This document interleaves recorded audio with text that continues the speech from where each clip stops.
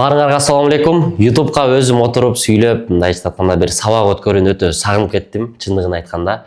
Бул видео мен дагы деле акылымды тереңдетким келет, манастын ой пикир жүргүзүшүнү билгим келип атат.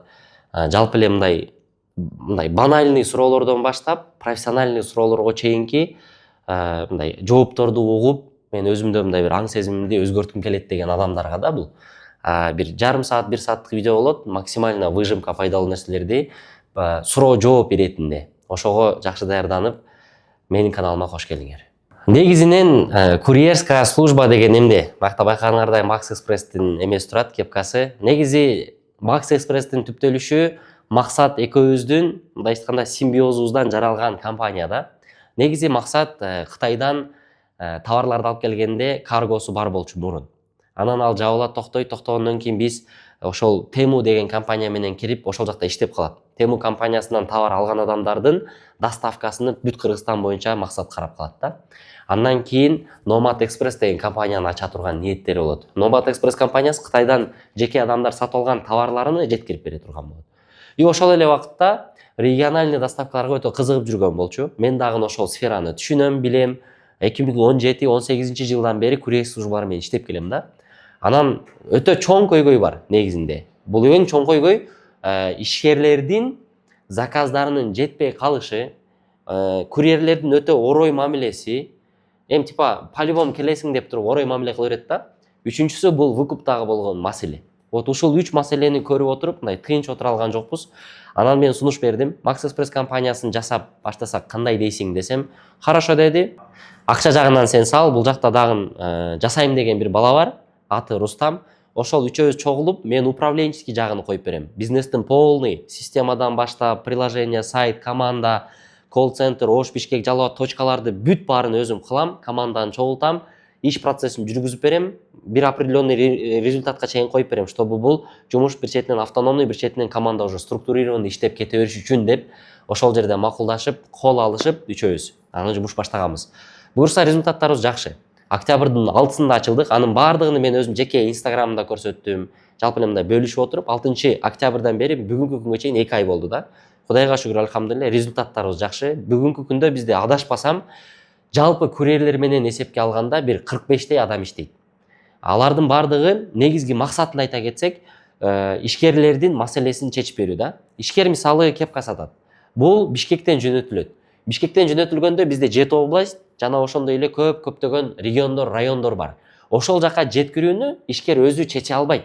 Мисалы мурун таксиде жеткирген болсо, мурун мисалы пакетке упаковка алып жеткирип, жетпейби, кандай болду, эмне болду деп ызычуу болуп аткан болсо, эгер мурун жеткиргенден алдын акчасын төлөп алыш керек болгон болсо, тем более онлайн оплата деген бизге эмкерди. Адамдар көбүнчөсү до сих пор толук акча төлөгөнгө ишке кире элек. Анткени ошол эле мошенниктер дагы көп да. Ошол маселени чечкенге курьерская служба ачылган. Кийин бул бара-бара выкуп деген тема кошулуп калды. Выкуп деген ушул кепканын баасы 1,5 миң сом болгон болсо, ошол 1,5 миң сом акчаны курьерлер келет дагы ишкерге алды дала төлөйт. Курьер товарды берет курьерге. Курьер алып барат дагы клиентке берип туруп, клиенттен акчасын алып, чөнтөккө салып, компания өзү менен өзү жабылат. Ошол жерде жеткирип берген кызматыга всего лишь 300 сом акча алынат эле. Актуалдуу жаңылыктардан 350 сомго көтөрүлүп атат. Эми ушул процесстин бардыгы курьерский службанын артынан гана болуп атат. Бул өтө кыйын процесс экен, өтө чоң, өтө терең жумуш экен, бирок негизги максаты ишкерлердин жумушун жеңилдетип берүү. То есть бул мындай айтканда Glovo сыяктуу, Яндекс доставка сыяктуу эле ортомчулук бизнес. Буюрса ниеттерибизде бар, ушул компанияны туруктуу, жакшы, алыска кете турган, көптөгөн жылдарда боло турган келечеги менен бир мындай элдик компания кылып кургубуз келип атат да. Азыркы убакта туура лидерлер бар. Ошол эле Кыргызстан боюнча, ошол эле башка мамлекеттер боюнча алар чыгып атышат. Өтө сонун биз ошолордун артынан, биз ошолордон мындай айтканда, ошолордон үлгү алып чоңоюп атабыз. Анткени бизнес деген ушундай. Бизнесте конкуренция болбосо жылыш болбойт, өсүш болбойт дегендей. Биз өзүбүздөн болгону жакшы, туруктуу, сонун сервисти жана кардарларыбыз менен болгон ишеним, ошол жумуш менен алып кетели деген ниет менен иштеп атабыз. Буюрса келечек өзү көрсөтөт кандай болушун. Бул контенттин бардыгы Max Express'ке катталган ишкерлер үчүн болгондуктан эң основной актуальный суроолор да болчу.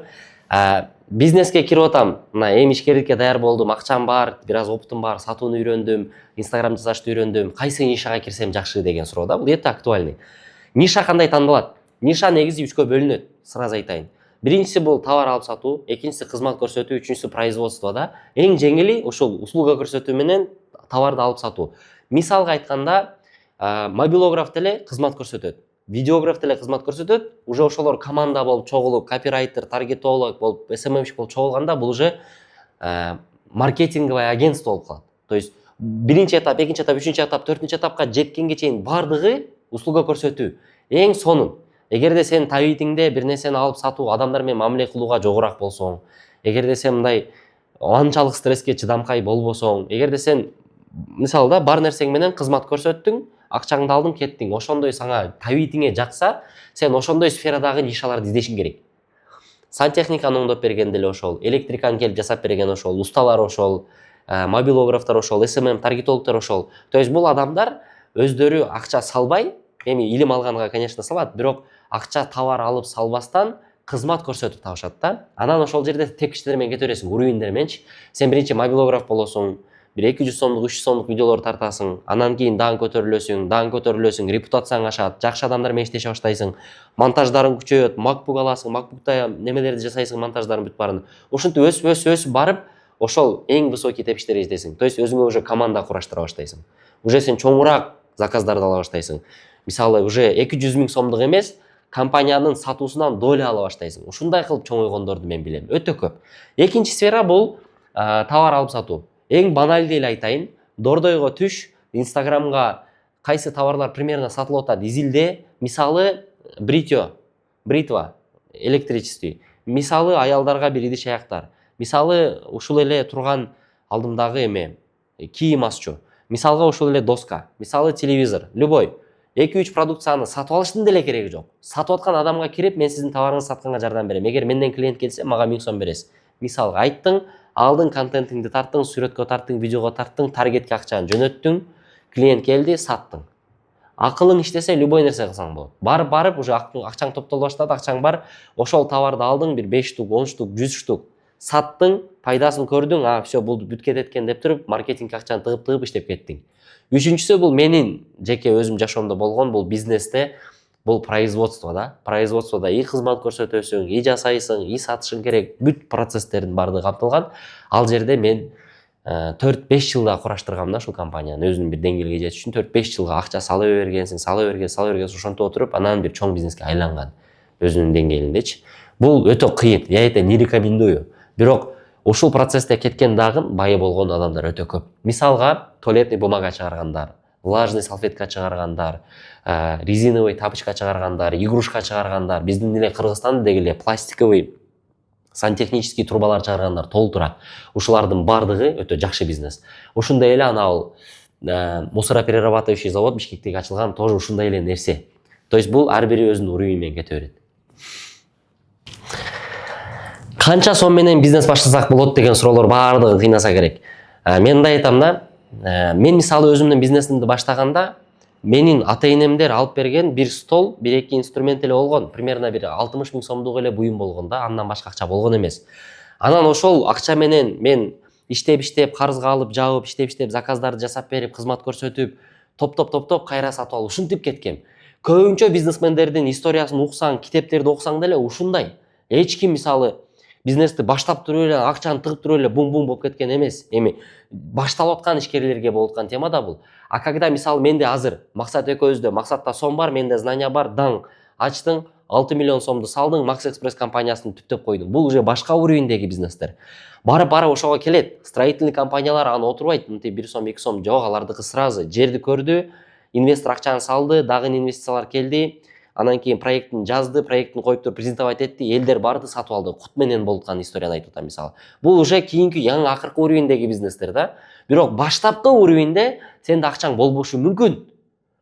Бизнестин, предпринимательствонун слойлору ушинтип бөлүнө берет. Эң низкий слойдо сен ошол семечка уровень, там кичинекей чакыч-пакыч досторуң менен там бир нерсе алып сатып койдуң, бир нерсе үйдөн жасап чыгып эле сатып койдуң.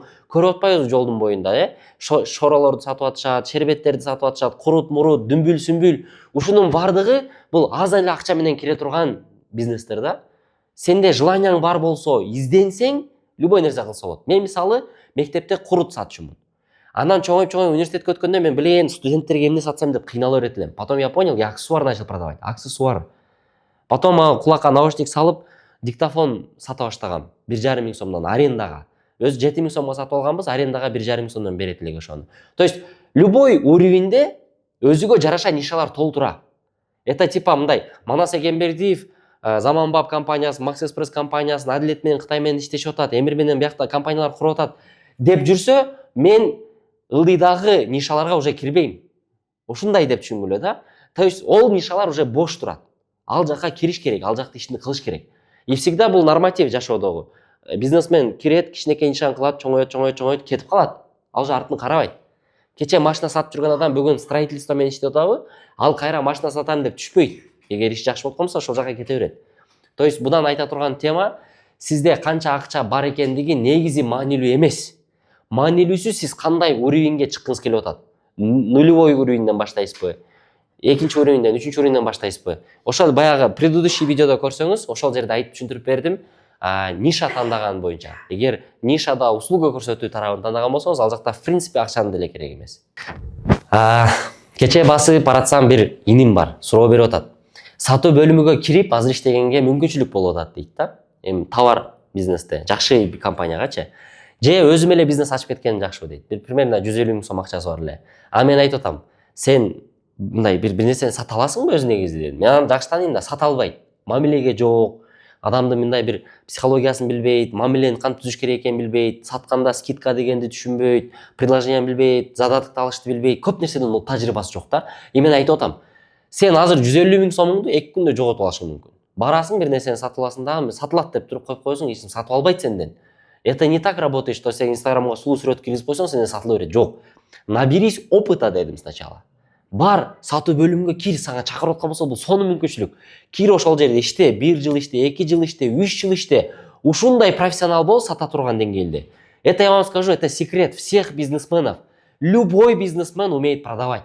Любой, абсолютно любой бизнесмен, любого уровня. Тиньков, биякта биздин президент, башкалар, любой бизнесмен сатуудан топ болот. Вот тогда у тебя будет получаться. Вот ушул нерсени билип алыш керек да. Сатуу кандай? Сатуу бул шарт деген эме эмес. Типа шарт этип эле, мол, кепканы ала бериңиз, братан, жакшы, сизге жарашат экен, тиги бул. Жок. Сатуу бул адеп.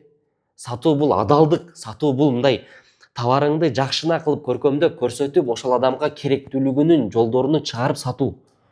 Жөн эле клиентке маң кепкасыз ала бериң эмес. Байке көчөдө ысык болуп атат, бетиңиз нурлуу, жүзүңүз билейин караңгы болуп кетет эртең. Ушуну кепканы алып тагып албайсызбы? Тем более сиздин ол вид классикаңызга жарашат экен деп. Ушинтип сунуштап саткандыктын өзү сатуу. Сен ушуну билмейинче бизнес баштап эле кой деп айттым да. И жалпы эле кызыктыкандарга ушул жооп. Сатуу бөлүмүнгө киргиле, тажрыйбаны алгыла, маркетингден түшүнүүнү алгыла, видео съемка дегендерден түшүнүктү алгыла. Базовый понятиялар болот, тааныштарды көбөйткүлө. Анан кийин өзүңөрдүн ишиңерди ачып кетсеңер болот. Бизнеске кандай адамдарды алыш керек? Негизинен эң актуалдуу суроо. Мен буга команда деген YouTube'ка отдельный бир видео тарткам. Ошол жерде бүт командада А категория, С категория, Б категориянын адамдарын бүт баарын айтып бергем. Бирок кыскачалай айтканда, жумушка баштапкы бизнесмендерге любой адамды алыш керек. Акаң, укаң, карындашың, доскең, иниң боло берет. Главный ошол адам сага берем деген 5 миң сом зарплатаңа, 10 миң сом зарплатаңа көнүп, иштейм деп, сен жаңда жүргөндөн ыраазы болгон адам болсо болду.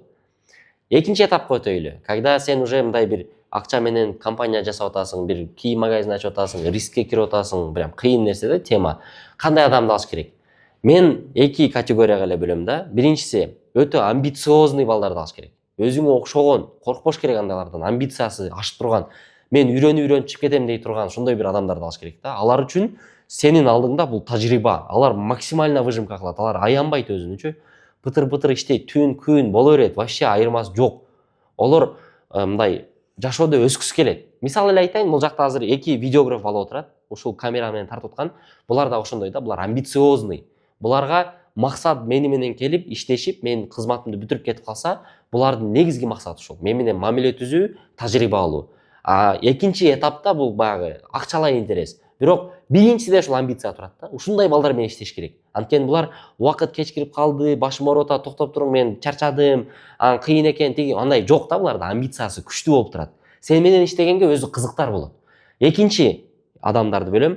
Булар өз ишинин өтө күчтүү, рыноктогу эң күчтүү профессионалдары. Кече эле мисалы дагы бир подкаст тарттык, Адилет менен. Ошол Адилет менен подкаст тартканда менде уже мындай да, бир жолу атканга шанс бар да. Ошол жерде бир жолу атканга шанс бар, уже убакыт жок. Анан бирөөнүн артынан кубалап жүргүм келбейт. Канча өтөт, не өтөт? Мен просто айттым, өтө профессионал жигиттер бар эле. Экөө келди, экөө тартты, экөө кетти. Буюрса 7 күндүн ичинде мага видео полный YouTube'га даяр и плюс нарезкалар менен келет да. То есть ошол жерде акча төлөйсүң. То есть с такими профессионалами работать легче, когда ты уже мындай жакшы уровеньге чыгып атканыңдачы. То есть ушундай бөлүнөт, болду. Эгер командага ала турган адамды айта турган болсок, сатуу бөлүмүнө сата алган, тажрыйбасы бар, күчтүү адамдан артык адам болбойт. Ал адам келип туруп сата алат, жакшы результат көрсөтүп берет да сагачы. Ошондой адамдар менен иштеш керек. Партнер менен жумуш баштаса болобу же аналар менен иштебей эле койгон жакшыбы? Мен мурун биринчи бизнесин баштаганда Заманбап Жегөлөрүндө досум менен баштагам.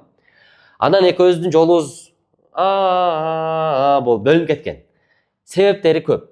3 жыл иштедик, досум болду, жакын дос болуп калдык, жүрдүк, бирге тиричилик кылдык. Бизде андай акча деле көп эмес эле. Ушундай амбициялар чоң болчу да.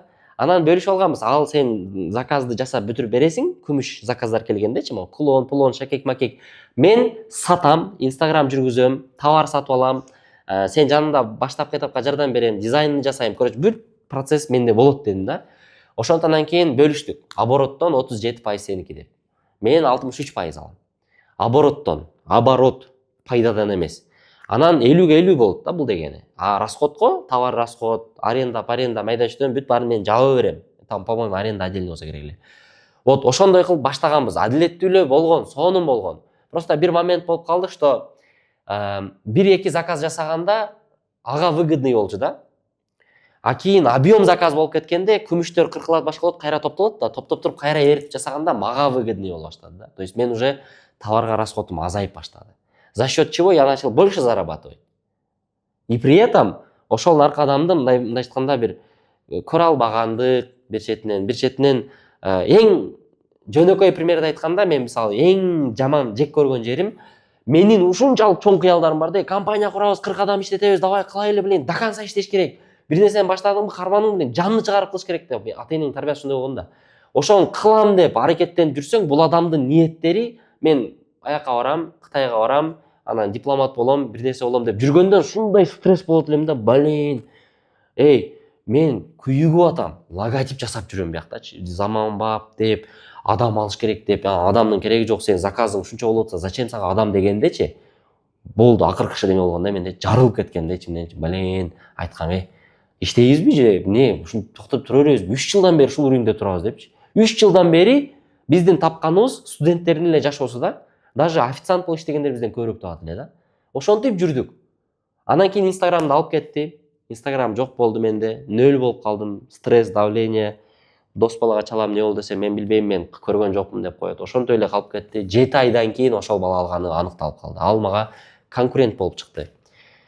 7 айдын ичинде менде уже 2 сатуучу кыз, 1 бала, жалпысынан 4 адам иштей баштадык да. Анан ачыгын айтканда көрө албастык деген көп нерсени чечип койт экен. Бирок азыркы убакта мен ага эч кандай бир кек кармап жүргөн жерим жок. Мен ал баланы ал мени кечирди, мен аны кечирдим. Биз экөөбүз дос катары эле болуп калдык. Конечно, мамиле жок го, просто өтө чоң бир жоготуу болгон да менин жашоомдо. Ошон үчүн бул мага болезненный тема да. Анан ошондо мен айтат элем, жок, партнерский иштебеш керек. Өзүң иштешиң керек. Ошондо болосуң, ошондо бир нерсең болот деп айтып берет элем. Бирок бүгүнкү күндө мен Эмир менен иштешүдөмүн. Ушул жердеги Япошкин Роллс точкасын инвестицияны берип ушул жерде ачканбыз. Мен берип ачканбыз. Биринчиси бул. Экинчиси Максат менен Макс Экспресс компаниясында тоже шериктешпиз. Партнербуз. Үчүнчүсү Кытай менен иштешип атабыз, Адилет менен. То есть бүгүнкү күндө менин көз карашым 100% башка. Өнөктөштөр менен, партнерлор менен иштеш керек деген фокус менен карайм. Эми бунун эки тарабы бар. Балким бул уровеньден, баштапкы уровеньде өзүң кылганың жакшы, балким. Балким бул менин азыркы учурумда менде акча жок, анда акча бар. Менде акча бар, бунда акча жок. бирок мында тажрыйба бар, ушул сфераны билет. Мисалы Эмирдин темасын айта турган болсок, Макс Экспрессте эми максат акча салып атат, мен ушул жерди кураштырып атам, үчүнчү адам бизге ошол компаниянын ичинен түптөштүрүп атат. То есть ушундай темалар да, смотря как. Но бирок мен айта турган точный бир нерсем бар. Партнер менен иштешкен бул адал, партнер менен, дос менен иштешиш керек. Жана бунун эгер алдын ала чечип кое турган маселе чечилсе, бул эң жакшы жол. Эми ушул партнерлор менен иштеш баштаганда көбүнчө бул дос менен башталат да. Доске, короче, давай тема кылайлы, шаарма жеп атып эле, короче, мындай кылган болуп кетебиз деген темадан башталат да көбүнчөчү. Ошол жерде айтып коеюн. Примерно бир 3 же 5 эң важный темалар. Биринчиси, бөлүшө турган түшкөн таза пайдаңарды сразу жазгыла. Желательно кагазга. Акчаны мен салам, сен саласың, аныктагыла. Мисал, бир адам салышы мүмкүн 100% акчаны. Экинчи бала кызмат көрсөтүшү мүмкүн. Ал нерсе компетентный болушу зарыл. Ал билин, воздух баланы алыш кереги жок, шериктеш кылыпчы. Мисалы, аянып элечи, досум иштейли, жүр, мен сен билем. Жок. Тажрыйбалуу бала менен иштеш керек, же энергичный бала менен иштеш керек. Мисалы, бир бала жаман контентти жыртат. Мен ушундай балдарды билем. Шым сатып атышат азыр, вроде бы баягы Темирлан дегендер. Контентти тытат да албачы, тажрыйба толтура, аякты тарткан, статусту тарткан, башка компаниялар тартып жүргөн, өтө көп тажрыйба тарткан. Мен жеке видеографым болуп жүргөн да ошол бала. Анан дос баласы кийим чыгарат. Ал мындай шым чыгарат. Ошол шым чыгарганда бул дос кезиге айтат, бул кийимди сата баштайт, бул ошонун контентин жасап берет. Вот, эки адам партнер болду, бул акчаны тыгып атат, башка кылып атат, бул контент жагын бүтүрүп берип атат, баң, ишти башташты, жакшы результат көрсөтүп жүрүшөт. Мен вроде бы түшүнүшүм боюнча. То есть ушундай симбиоз болуш керек да. Ушундай биригишүү болуш керек. Эмир Япошкин росту түшүнөт, тажрыйбасы бар, өнүгөм, пландары бар, алдыга кетем, болду. Менде акча бар. Даң, акчаны салдың, келдим, ушул жакты ремонтун жасадым, Эмирдин жанында жүрөм, переговорлорун аралашып берем, жардам бере турган жерде жардам берем, контент жагынан жардам берем, бул ишти кылып атат. Пайда түшүп атат. Бул биринчи маселе. Экинчи маселе, кыла турган жумушуңардын так жана мындай деңгел дегендей точкалар менен сүйлөшүп алгыла. Сен моун кыласың, сен могу кыласың, сен могу жака аралашпайсың, сен могу киришпейсиң деген жерлерге чейин жазып койгула. Үчүнчүсү, эгерде компания минуска кетип аткан болсо, канчанчы периодка чейин иштейбиз. Турасыңар да дөдөйүп, акчаңар жок, пайдаңар жок. Любой компания ушундай аз бүт башым жабылып атат. Бүт чекеден бар жабылды. Автосалондоруң, самойлоруң, магазин одежды толуп кеткен, бүт жабылып эле атат, бүт бар чекеденчи. Оюн эмес да бул бизнес жасаган, реально айтканда. Ушинтип жабылып атканда келишип алыш керек. Доске болбой атса, өлүп атса, канча убакытка чейин иштейбиз? 5 ай, 2 ай, 3 ай. Анткени мындай да, мен берилип атам, мисалчы, берилип атам, заманбаптагы оңой куралган эмес. Иштеп атам, түн, күн, ызычуу, клиенттер менен талаш-палаш, түнү менен бизде мурун таргет деген түшүнүк жок эле. Биз отуруп алып туруп, өзү жазат элек. Мирбек Атабековдун контентине киребиз, Инстаграмдан киребиз, подписчиктерине киребиз, подписчиктерине кирип жазат элем мен.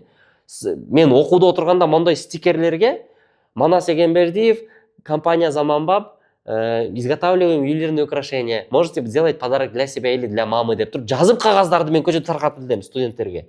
Кыздарга таркатканда кыздар мени подход кылып атат деп ойлойт эле да. Стикер жасаганга, визиткага акчам жок болчу. То есть я вот это делал. Ошол эле убакытта наркы дос балаңды карасаң, ал жүрөт. Достор менен туда-сюда, аяк-бияк, короче, өзү менен өзү понтуруп жүрөт. Айтасың да, иш кылабызбы? Же мен эле биякта страдать ете беремби? Жумуш болбой атса. Экөөбүз бир лодкадабызбы, же сен багындайбы? Мая хата с краю дегендей эле аякта жүрүп өзүң понтуңду өрөсүң, анча болуп кетип атсаң кетип каласың. Жок, ондой болбойт. Вот это нужно написать.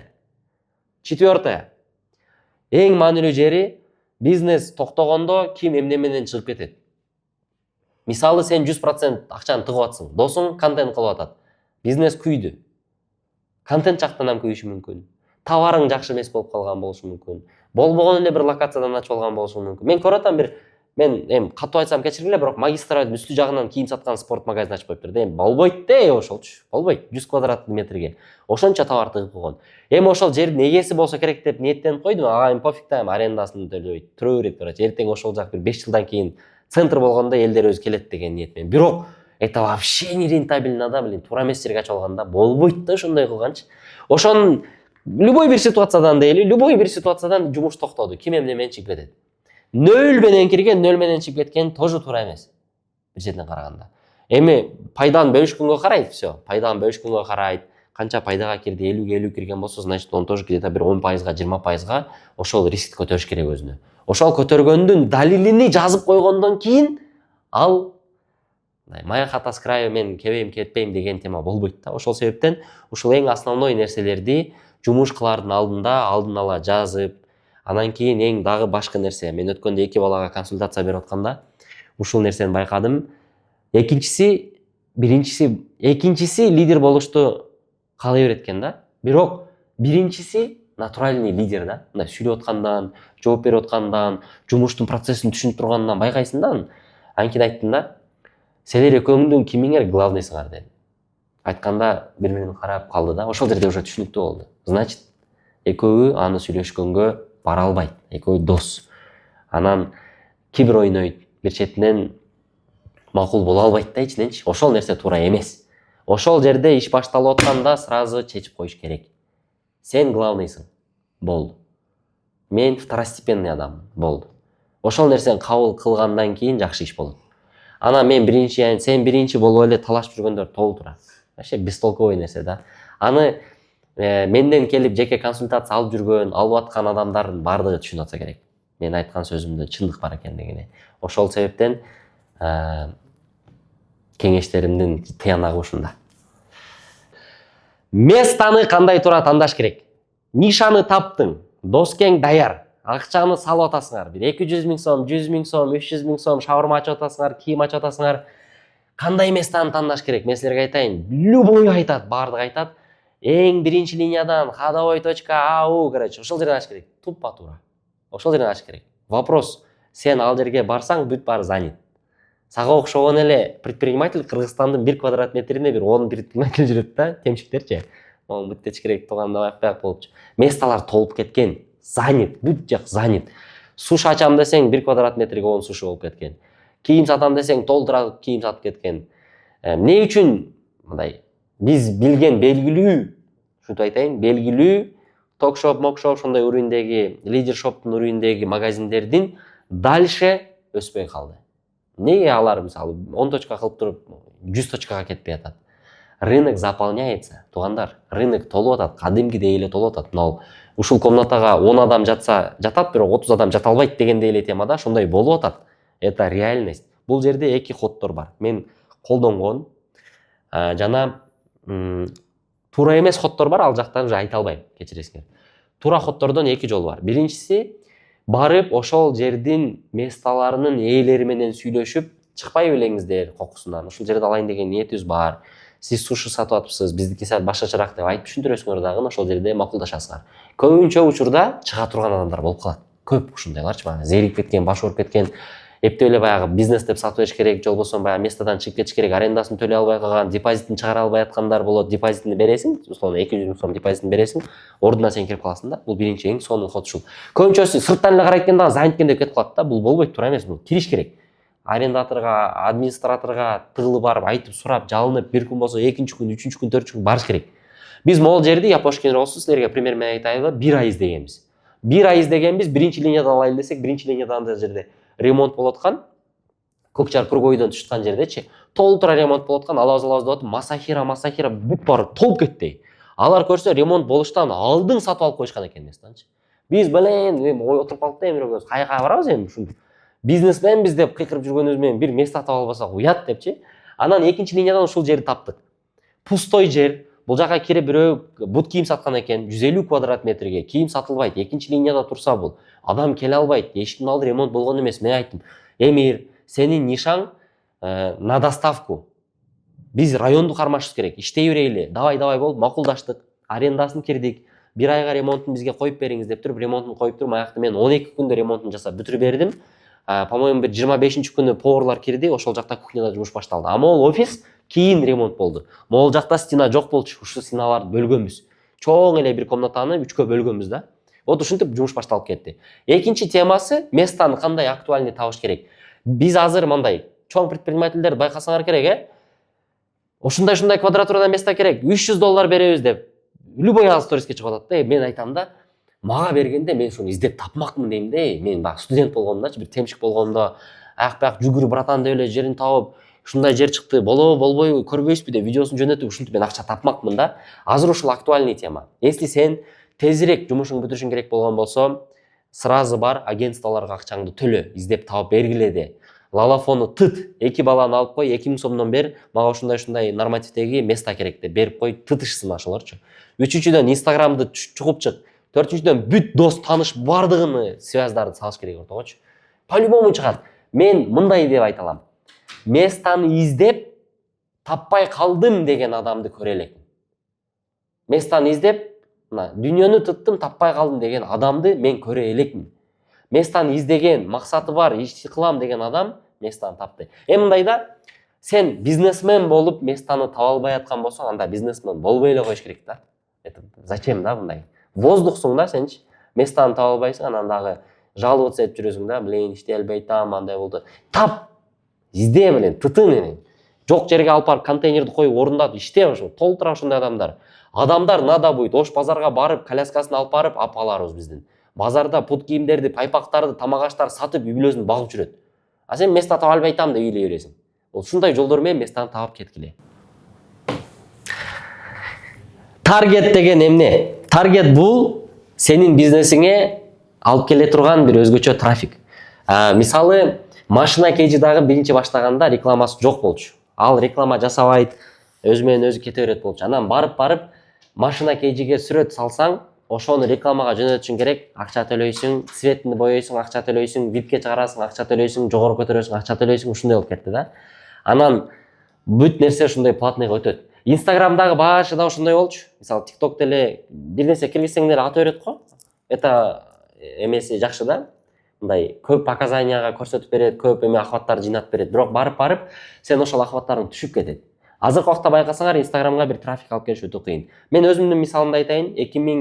2021-жылдары, 2020-жылдары мен биринчи таргет кетире баштагам. Ол негизи 2017-лери чыккан таргет деген понимание. 2018, по-моему, точно чыккан да.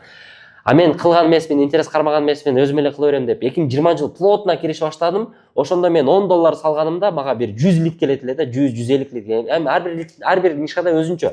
Үйдө өзүнчө кымбатыраак болот, меники де кымбатыраак болот. Арзаныраак наушник, паушник темаларында вообще арзан болот. Мисалда $1 150-250 адам келиши мүмкүн. Кебирлерде 0,0005 цент деп туруп 1000 адам келип калышы мүмкүн. $1-ңачы. То есть таргет деген бул сенин бизнесиңе алып келе турган өзгөчө бир трафик. Азыркы убакта таргет деп Аскар Автодубайдын Инстаграмын айтсак болот. Аскар Автодубайлар таргетологдор да, мындай айтканда. Сен ага барасың, машинаңды бересиң, алар видео тартып берет, ошоңа трафик келип атат. Сен төлөө берип атасың ошого. Ошол Инстаграмдан реклама кылып атпайсыңар, отурбайсыңар линктен скроллить этип, чыгарганда реклама чыгат астында. Жазгыла, тууганда үй сатабыз, аңкылабыз. Ушунун бардыгы таргет болот. Ошолор акча таргетке салат. Аны Facebook Цукерберг жейт. Компаниясы, инвесторлор ошол жактан пайда табышат. Вот ошентип ошол бизнес болот ошондо. Ошол жактан акча табышат. Вот эми ошонун улам сенин бизнесиңе адам келип атат да. Ошого мен айтам, таргеттен, негизи эле бир рекламадан, маркетингден акчаны аябаш керек. Вопрос просто сенин ишиңде. Прибыльный болуп атабы, болбой атабы, ошодон зависит этип эле рекламага салыш керек. Анан ар түрдүү нерселер болот. Мисалы, кээ бир убакта таргет кереги жок, кээ бир бизнеске. Кээ бир бизнеске таргет обязательно керек. Мисалга, Max Express компаниясына таргеттин кереги жок. Бирок Заманбап компаниясына таргет обязательно керек. Ошого окшоп кете бересиңер. Эми ошол эле рекламага канча акча коротуу зарыл. Же канча акча коротсом болот. Мисалы, көбүнчөсү ушуну билбейт да. Мен кээ бир тааныштарым бар, аксессуар жана бут кийимдер сатышат. Алардын ою боюнча, мисалы, консультацияга келгенде, суроо беришкенде, мен эсептеп чыкканда, алардын ою боюнча канча акча тапса, ошол акчадан жарымын сала берсе, ал көбүрөөк заказ келет, ошол көбүрөөк заказдан кийин дагы кайра көбүрөөк салып керек. Ушундай философия менен жашап жүрүшкөн да. 3 жылдан бери же машина алган эмес, же үй алган эмес, же иштеке кылган эмес да. Болбосо обороттор бешеный. 4 миллион, 5 миллион оборот жасап жүрөт.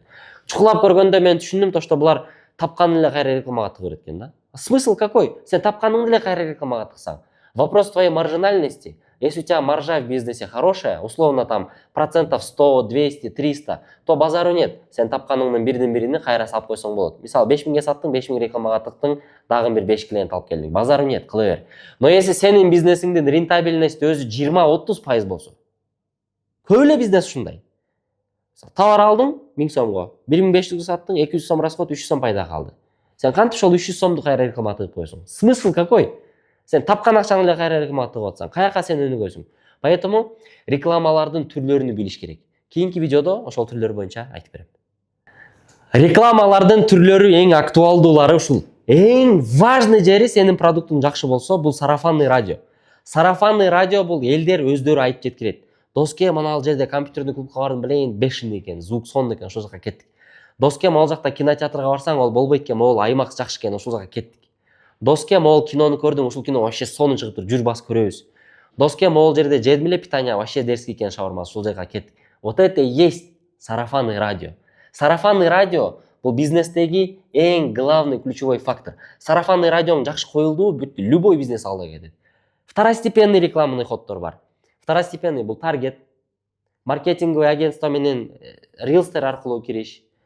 Пост баннерлер бар, сыртта баннерлерди көрөсүңөр, Google'дан кылса болот рекламаны. То есть сен кирип туруп суши деп жазганда Google'дан рекомендациялар чыгат. Ошондой эле рекламный ходдор азыркы убакта немеде бар. Яндекске кылып койсоң болот. Ошондой эле немеге кылып койсоң болот. Glovo'го. Ошондой эле неме жол көрсөтө турган Тугиске кылып койсо болот. Даже Тугисте көрсөтөт. Ушунун бардыгы рекламный ход болот. Эң актуалдуусу биздин Кыргызстанда бул таргет, жакшы рилс, сарафанный радио. Ушуларды эле колдонсоңор, ушуга эле басымды жасасаңар, любой ишиңер болуп кетет. Бирок ушул үчөөнүн тең бирөөсү кетпейт, эгерде товарыңар, продукцияңар жакшы болбосо. Продукцияңар неэффективный, ширин эмес, силер айткандай качествода эмес. Кепканы сатып алдың 5000 сомго, бирок 2000 сомдукта эле болуп турса, анда экинчи жолу силерге клиент келбей калат.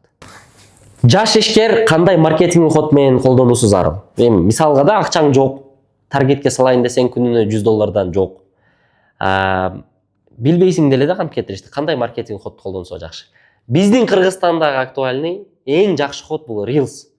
Рилсты пытыратыш керек. Мисалы, туалеттин жерин казыйсың. Мен иштеп жүргөн адамдарды билем. Мисалы, сантехнический ремонт кыласың. Мисалы, айнек установка кыласың. Мисалы, айнекке шторка коесуң. Сантехниксиң, электриксиң, услуга көрсөтөсүң. Пытыратып тартыш керек ошол боюнча. Мисалы, мына артымда айнек турат дейли. Урматтуу туугандар, могул айнектин сапаты өтө начар. Айтайын эмнеге? Мына хук кетти, хуктан кийин сүйлөп баштайсың. Бул сапаттын качествосы могул жерден воздух киргенин себептери бар. Анткени могул чекесине мондой качестводагы пенаны куюш керек болчу. Сиздер башка качестводагы пенаны куйганыңыздардан бул жерден тешилет дагы, воздух кире берет. Негизинен бул пластиктин өзү жакшы болуп чыгып атат ошондо. Ичиндеги айнегинин сыпатын карай турган болсок, однокамерный, двухкамерный, четырехкамерный деген айнектер болот. Сиздерге үйүңүздөргө кое турган болсоңуздар, двухкамерныйды коюңуздар. Эгерде офисный болсо, четырехкамерныйды коюңуздар. Кийинки рилстерде алардын сыпатын көрсөтүп берем. Бүттү, бир рилс бүттү. Экинчи рилс кетти. Ошол жерде эң маанилүүсү сен ошол жумушта профессионал болгонуң зарыл да. Дагы бир жолу видеода элестеткиле, рилс болуп атат да. Үйүңүздө жалгыз эркексиз, бирок өзүңүз раковинанын астынан суу агып кетсе, оңдой албайсыз. Анан сантехниктерди издеп жүрөсүз. Мени менен сиздин жумушуңуз жеңил жана бат бүтөт.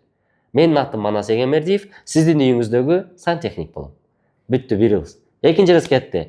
Эң көбүнчө адамдарда бузула турган үйдөгү сантехникалар бул эмне? Биринчиси бул кухнядагы раковина, экинчиси бул ваннадагы душевой, үчүнчүсү бул туалеттеги смывка. Ошол жерлерди оңдой турганга болгону эки инструмент керек. Биринчиси бул отвертка, отвертка менен монту оңдойсуз. Экинчиси бул мондай шуруповерт гайка. Бунун комплектини 1000 сомго сатып аласыз. 1000 сомго сатып алгандан кийин бул сизге өмүр бою жетет. Вот ушундай рилстер менен залетать этиш керек да Инстаграмгачы. ТикТокко, Трицке, Инстаграмга тыгыш керек. Канчалык көп профессиональный рилстерди тарта аласың, канчалык харизматичный боло аласың, вот ошондо сенде жумушуңда дагы эффективность катуу болот. Эмне үчүн Аскар Автодубай алып кетти? Таргетке акча салбайт, в принципе. Жөн эле рилстерди тартат. Эмне үчүн алып кетти? Анткени ошол количество рилс, харизмасы бар, и анандай жакшы подача кыла алышат да. Вот. Мен андай бизнесмендерден өтө көбүн билем. Бирок көбү бар, кылган иши жакшы, бирок харизмасы жок. Инстаграмга чыкпайт, мааниsin түшүнбөйт. Андай болсо, извини, только таргет сага. Сатуу бөлүмүн куруунун жолдору. Сен ишкерсиң, жумушуңду баштадың, определенный бир сатуулар бар. Көбүнчө өз негизи жумушту баштагандагы өзү ишкер эме кылат да, мындай сатат, өзү товар алып келет, өзү сүйлөшөт, өзү акча топтойт, өзү бүт нерсени өзү кылат да, туура эле нерсе.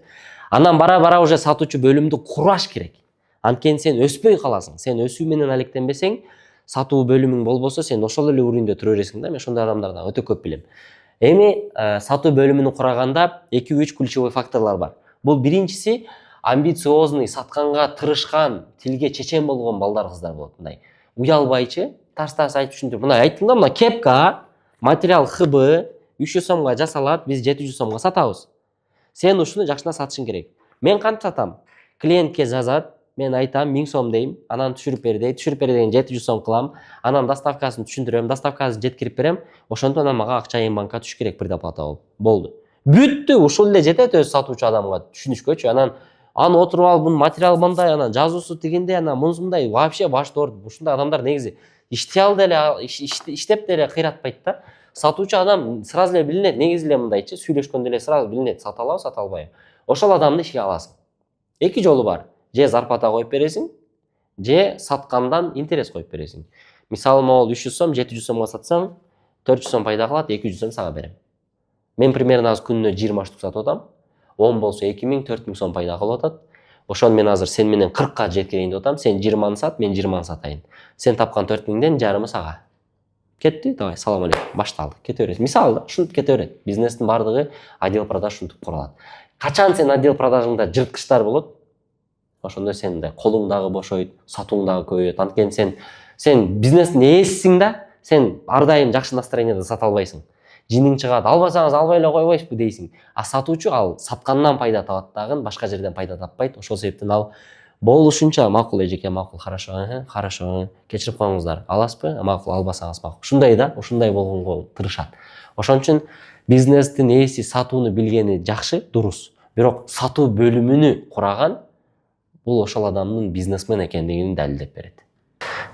Менин жашоомдо компанияларды кураштырганда азыркы убакта ключевой факторлор бар. Бул компаниянын идеологиясы, же болбосо команданын бир туруктуулугу, мотивациясы деп айтсак дагы болот да. Бул эмне? Негизи кичинекей ишкерлерде, кичинекей ишканаларда анын кереги жок. Башкортча алдың, саттың, болду, кетти, бүттү, магазин ачып алгансың. Ал жакта идеологиянын кереги жок. Бирок когда сен уже команда кураштырып атасың, 5тен көп адам болуп атат, бир элге пайда алып келип атасың. Мисалга бир айнектерге терезе жасап берип атасың, сварка кылып атасың, товар сатып атасың. Ошол жерде сага уже командаңда, бизнесиңде идеология керек. Мен өзүмдүн Заманбап Jewelry деген компаниямды айтсам, башында Jewelry ош болгон, зергер ош болгон да. Ана мен айткам, идеология керек бизге дегем да. 2018-17 жылдарда айткам, Бегиш Баястандарды көп угат элем, Заманбап деген ат койбойлубу? Бул Кыргызстандын деңгээлинде жакшы ат болот. Ош деген менен калып кетебиз деп, ошондо мен Заманбап дегенге өткөнмүн да. Өткөндө дагы ошол менеджерлерден уруксат алып келип, Бегишке Баястанга белек берип, алар менен жеке таанышып, анан ошол атты алгам. Негизги идеологиясы эмне? Заманбап деген бул жаңылык, бул ар дайым өнүгүп тургандык, бул постоянный прогресс деген маанини бергенде, мен компаниямдын идеологиясыны ар дайым өнүгүп турган компания деп койгом.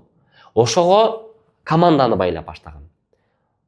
Сен бардыгыңар, билгиле бардыгыңар. Бул компания Заманбап. Бул Заманбап деген ар бириңерге тийиштүү. Биз ар бирибиз жеке өзүбүз өсүшүбүз керек. Сен SMM'ди иштеп атасың. Сен ушундай SMM бол, мен сени кетиргенден коркуп кетейин. Сен ушундай SMM бол, Кыргызстандын бардыгы сен аркылуу кылып аткан жумушуң аркылуу сени таанысын. Сен ушундай сатуучу бол, адалдан сат, ушундай жакшы продажаларды кыл, мен сени отдел продаждын руководители кылып коеюн. Бардыгыбыз Заманбап деген атка ылайыктуу, татыктуу болушубуз керек. Күн сайын, апта сайын, ай сайын биз өнүгөйлү деп команданы шыктандырганга чоң бир эшик ачылат. Жалпы эле компаниянын идеологиясы бар болсо, ал компания алыска кетет. Куликовский компаниясы Кыргызстандагы жана СНГ мамлекетинде эң катуу бизнес болуп кетти да, өтө катуу таралган, өтө күчтүү болгон бизнес болуп кетти. Алардын идеологиясы таза, адал продукцияны, таза, мындай жаңы продукция, адал продукцияны жалпы элге таратып берүү. Алар мындай домашний уют менен киришти да. Алардын продукциясын жесең ар дайым ширин, алардын магазиндерге, кеңселерге барсаң ар дайым мындай бир меймандостук менен тосуп алат. Алардын идеологиясы мындай бир майрам да, мындай негизи Куликовский дегенде майрам деп түйүлөт. Сабина Темиралиеванын мисалы ошол эле макаронныйларын алсак, кандай башталган, кыздарга эркектер коробочкада подарка кылган темадан башталган. Хайп болуп кетти, баардык эркектерден требовать этет, бериш керек. Мен деле ошол эле катарында берип жүргөнмүн коробкадан.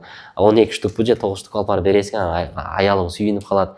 Ошонто анан кийин бул кыздардын өзүгө байлаган контент аркылуу, продукциясын аркылуу өзүгө байлап, мындай бир уютный макаронный деп туруп заведение ачып койду да. Кирсең ошондой да сонун. Мисалы, Азамат Аматовдун жасаган Мубарак компаниясын айтайлы. Бул эмне? Бул адал, тоюмдуу ашкана да. Ошондой тематикада контент жүргүздү, ошондой тематикада Мубарак деп атыны койду, ошондой тематикада оронгон кыздарды иштетет, ошондой тематикада намазканасын ачып коет. То есть бул ошол компаниянын өзүнүн карманган принциптеринин негизинде куралган идеологиясы. Ушуга ылайыктуу СММщиктерин карасаңар, сакалчан бир браттар реклама кылышат го, оронгон кыз менен сакалчан брат. То есть бунун баардыгы идеология да. Ушул идеологиядан компания жакшы куралып келет. Ошондуктан сага суроо. Сенин компанияңдын идеологиясы эмнеде? Башында ар бир ишкер өзүнчө бир тажрыйба менен чыкканы жакшы да. Анткени тажрыйбасы жок адам ишкер болуш өтө кыйын. Мен өзүмдүн жашоомдон ала турган болсом, мен ойлойм бул ар бир адамга керектүү базовый минимум деп коет го. Ишкер маркетингди түшүнүш керек. Кантип сатам? Менин кардарым эмнени каалап атат? Ошол каалоосун кантип чыгарам? Ошого кандай подача кылам? Экинчи, ошол кардарга сатуунун жолдору, ал менен сүйлөшө турган переговордун жолдору, Инстаграмдан кантип сатыш керек, голосовойдон кантип сатам, жүзмө-жүз отурганда кантип мандраж кармабастан сатыш керек. Үчүнчүсү, өзүңдүн продуктуңдун сапатын жакшырлатуу. Анткени бир нерсе жасасаң сразу эле идеальный болуп калбайт да. MacBook деле сразу эле MacBook болуп калат эмес да, кыйын. Ошол нерседен үстүнөн постоянно иштеш керек, постоянно өнүктүрүш керек, оңдош керек, жаңылыктарды жасаш керек. Мен деле өзүм заман компаниямда ушундай, жаңылыктар жасайбыз, постоянно жаңы буюмдар киргизебиз. Анткени жаңы продукция, жаңы кардар дегендейчи, ушуларды кылабыз. Төртүнчүсү, бул өзүңдүн командаңды кураштырышты үйрөнүшүң керек. Анткени командасы жок ишкер бул ишкер эмес, самозанятый болуп эсептелинет. Эгер сен ишкер болом деген болсоң, командага кандай подача кыласың, аларды кантип мотивировать этесиң, аларга кандай жол көрсөтөсүң, кантип идеологияга байлайсың, аларга кантип сен мындай шыктандырасың, эмне үчүн алар сенин аркаңдан жүрүш керек, ушул болот. Бешинчиси, бул эң важный. Бул жок болсо воздухсуң да, кылган ишиңдин дайыны жок. Финансы, эсеп китебиң так болуш керек. Ар дайым четко, блокнот болобу, Excel таблицка болобу, приложениялар болобу, CloudShow, вообще без разницы. Эсебиң так жүрсүн, ар дайым. Жумушту баштардан алдың ушул нерсе болгон жакшы негизичи. Вот ошондо сенин иштеги бизнесмен болуп, ишкер болуп кетишиңе бул базовый минимум жетиштүү болот. Жумушту баштадың, ишкерликти баштадың, кантип өзүңдүн жумушуңа бир сотрудниктерди, жумушчуларды аласың да. Ушул негизи өтө чоң көйгөй. Менин үй бүлөмдө деле ошол жумушчу таап коюш өтө кыйын маселе да. Бул мен ойлойм адамдын биринчи ниетинен башталат. Эгер ниетиңде түпкү тамырыңда бөлүшө ала турган бир эмең болсо, жаныңдагы адам менен бөлүшө алам деген установкаң, анда сага бул кыйын болбойт. То есть биринчиси ушуну оңдош керек. Бөлүшө алыш керек. Жаныңдагы адам көрүп турасың, ал мээнетке келип атат, ал мээнет кылып атат, иш кылып атат, ал деле нан жегиси келет да. Сен ошонун мээнетине жараша төлөп берген даяр болушуң керек. Ошондо бул биринчиси чечилет. Экинчиси, сен өзүңдүн кылып аткан жумушуңа ылайыктуу адам издегениң жакшы да. Болот, мисалы, нөлдөн баштап аткан адам болсоң, сен студентти же бир таанышыңды, дос кеңди алып үйрөтсөң да жакшы. Ал адамдын тажрыйбасы жок, опыту жок, ал өзүгө ценаны билбейт да, канча болушун билбейт да, мага 40 000 бер, 100 000 бер дей албайт. Ал адамга үйрөнсө эле болду. Ошондойдо сен мисалы тажрыйбасын ашырыш үчүн азыраак акча майына берип туруп, ошол тажрыйбаны үйрөтөсүң да. Сатууну үйрөтөсүн, товарды жасашты үйрөтөсүн, ремонт кылышты үйрөтөсүн, жаныңда алып жүрүп машинаңды ошту үйрөтөсүн дегендей тема да эми. Анан үчүнчү тема бар. Эң важныйлардын бири. Сотрудникти алып атканда анын психологиясын билиш керек. Эки маселе менен келет, же сага келет көбүнчө сотрудник. Мисалы сенден тажрыйба алыш үчүн, сенден бир нерсени үйрөнүш үчүнчү, мисалы сенин эмең жагат да, энергетикаң жагат, лидерсиң, күчтүүсүң, популярныйсың, акчаң бар дегендейчи. Экинчиси, таба турган маянасы чоң болот да. Иштегенден таба турган маянасы өтө чоң. Ошол нерсе кызыктырат. То есть сен ишчин алып атканда ошол нерсени байкашың керек. Сага кайсыл сыпатыңа келип атат ал адам. Ошого ылайыкташтырып, предложение таштап сүйлөп туруп, анан жумушка аласыңар. Компанияда же жумушта өз негизи вирусный сотрудниктер болот да. Вирус. Кадимкидей элечи мындай прям энергиясы жаман, жумушка келсең бир мындай настроениясы жок болуп эле, уйкусу келип эле, бир мындай нерсени жактырбай эле жүрө берет да. Мындай бир айтасың идеяңдычы, кегиле туугандар могуну кылайлы дегенде, ал болбойт, антигиндей мындай деп. Ошондой адамды жумуштан чыгарыш керек. Хоть байкең болобу, хоть эжең болобу, хоть родноюң болобу, андай адамды жумуштан чыгарыш керек. Же бөлүнүш керек андай адам менен. Анткени менин тажрыйбамдан эле айтайын, кыскача канча компанияларга кирип көрдүм, иштеп көрдүк, жумуш кылып көрдүк. Андай адам негизи өзү дагы өспөйт, башкаларды дагы өстүрбөйт экен да. Ошол себептен компанияңарда ушундай вирусный адам болсо, мындай караганда эле уже билинет да. Балким сен өзүң ошондойсуң. Но просто мындай караганда эле билинет, өзү мындай некомфортный адамсың да, мындай. Мамиле түзсөң бир удобный эмес, анан характери начар, өзүнчө эле бир жакпай бир нерсе боло берген адамды иштен чыгарган дурус. Иштен кантип чыгарыш керек? Иштен чыгарганда беткел айтыш керек. Тууганым, сенин моундай кылткандарың вообще жакпай атат. Билем, сен кетсең мен кыйналам, бирок кел, жумуштан сен чыга бер. Эртеден кийин мен акчаңды эсептеп туруп, банкка салып коем. Кет. Ушинтип кутулган жакшы. Ишиң жүрүшүп атат. Анан биринчи түшкөн акчаларды каякка коротуш керек? Көбүнчөсү мындай весомый дейли, мындай колго тие турган бир 200-300 миң акча таба баштаганда мындай машинага коротуп таштайт, бир нерсе коротуп таштайт да. Мен өзүмдүн тажрыйбамдан алсам 2023-жылга чейин эчтеке алган эмесмин. Биринчи алган бир Opel Vectra машинам болгон. Анан бир кичинекей Lexus алгам, ошону менен эле жүргөм, 500 миң сомдук. Калган акчанын баардыгы жумушка кирген. Баң, 2 оборудование алганмын, 450 миң сомдон экөөнү. Потом дагы бир 600 миңге техника алганмын. Потом дагы мастерлерге столдар жасап берген. Менин максатым реинвестиция болгон да. Реинвестиция бул түшкөн акчаңдын пайдасын кайра эле алып жумушуңа салыш. Анан эң акыркы чоң вложенияларымдын бири мен 4,5 миллион сомго, по-моему, 4,5 миллион сомдо цех кургам Ош шаарында. 400 квадратка жакшынакай дыңкыл чоң 2 этаждуу кылып туруп цех кургам. Менин максатым аренданы төлөбөш керек болчу да. Жер бар, ошол жерге курдум, команда ошол жерде иштейт, ошол жерде жата турган жерлери бар, эс алчу жерлери бар, намазканасы бар, рабочий зонанын өзү 250 квадратный метр. Вообще сон. Ошол жердин өзүдө мен жумуш кылып бүгүнкү күнгө чейин мындай айтканда акта бүттүк да. То есть бунун баардыгы реинвестиция. Түшкөн акчалардын баардыгын реинвестиция кылган туура. Андан кийин кэш-аут кыла бересиңер. Кэш-аут бул чисто бизнестен акчаны чыгармай да. Сенин бизнесиң путуга туруп, системасы куралып, эме болгонго чейин компанияга акча тыккан эң лучший вариант ушул. Мен айтайын дагы бир жолу, эгер сен баштап аткан ишкер болсоң, колуңа бир аз акча түшүп аткан болсо, акчаны кантип иштетиштин жолуну эмес, балким рекламага коротуштун жолуну, клиентиңди көбөйтүштүн жолуну, жаңы сотрудник алыштын жолуну, болуп аткан продукцияңды көбөйтүштүн, ассортиментинин, же болбосо сапатыны күчөйтүштүн жолуну издегениңер туура болот.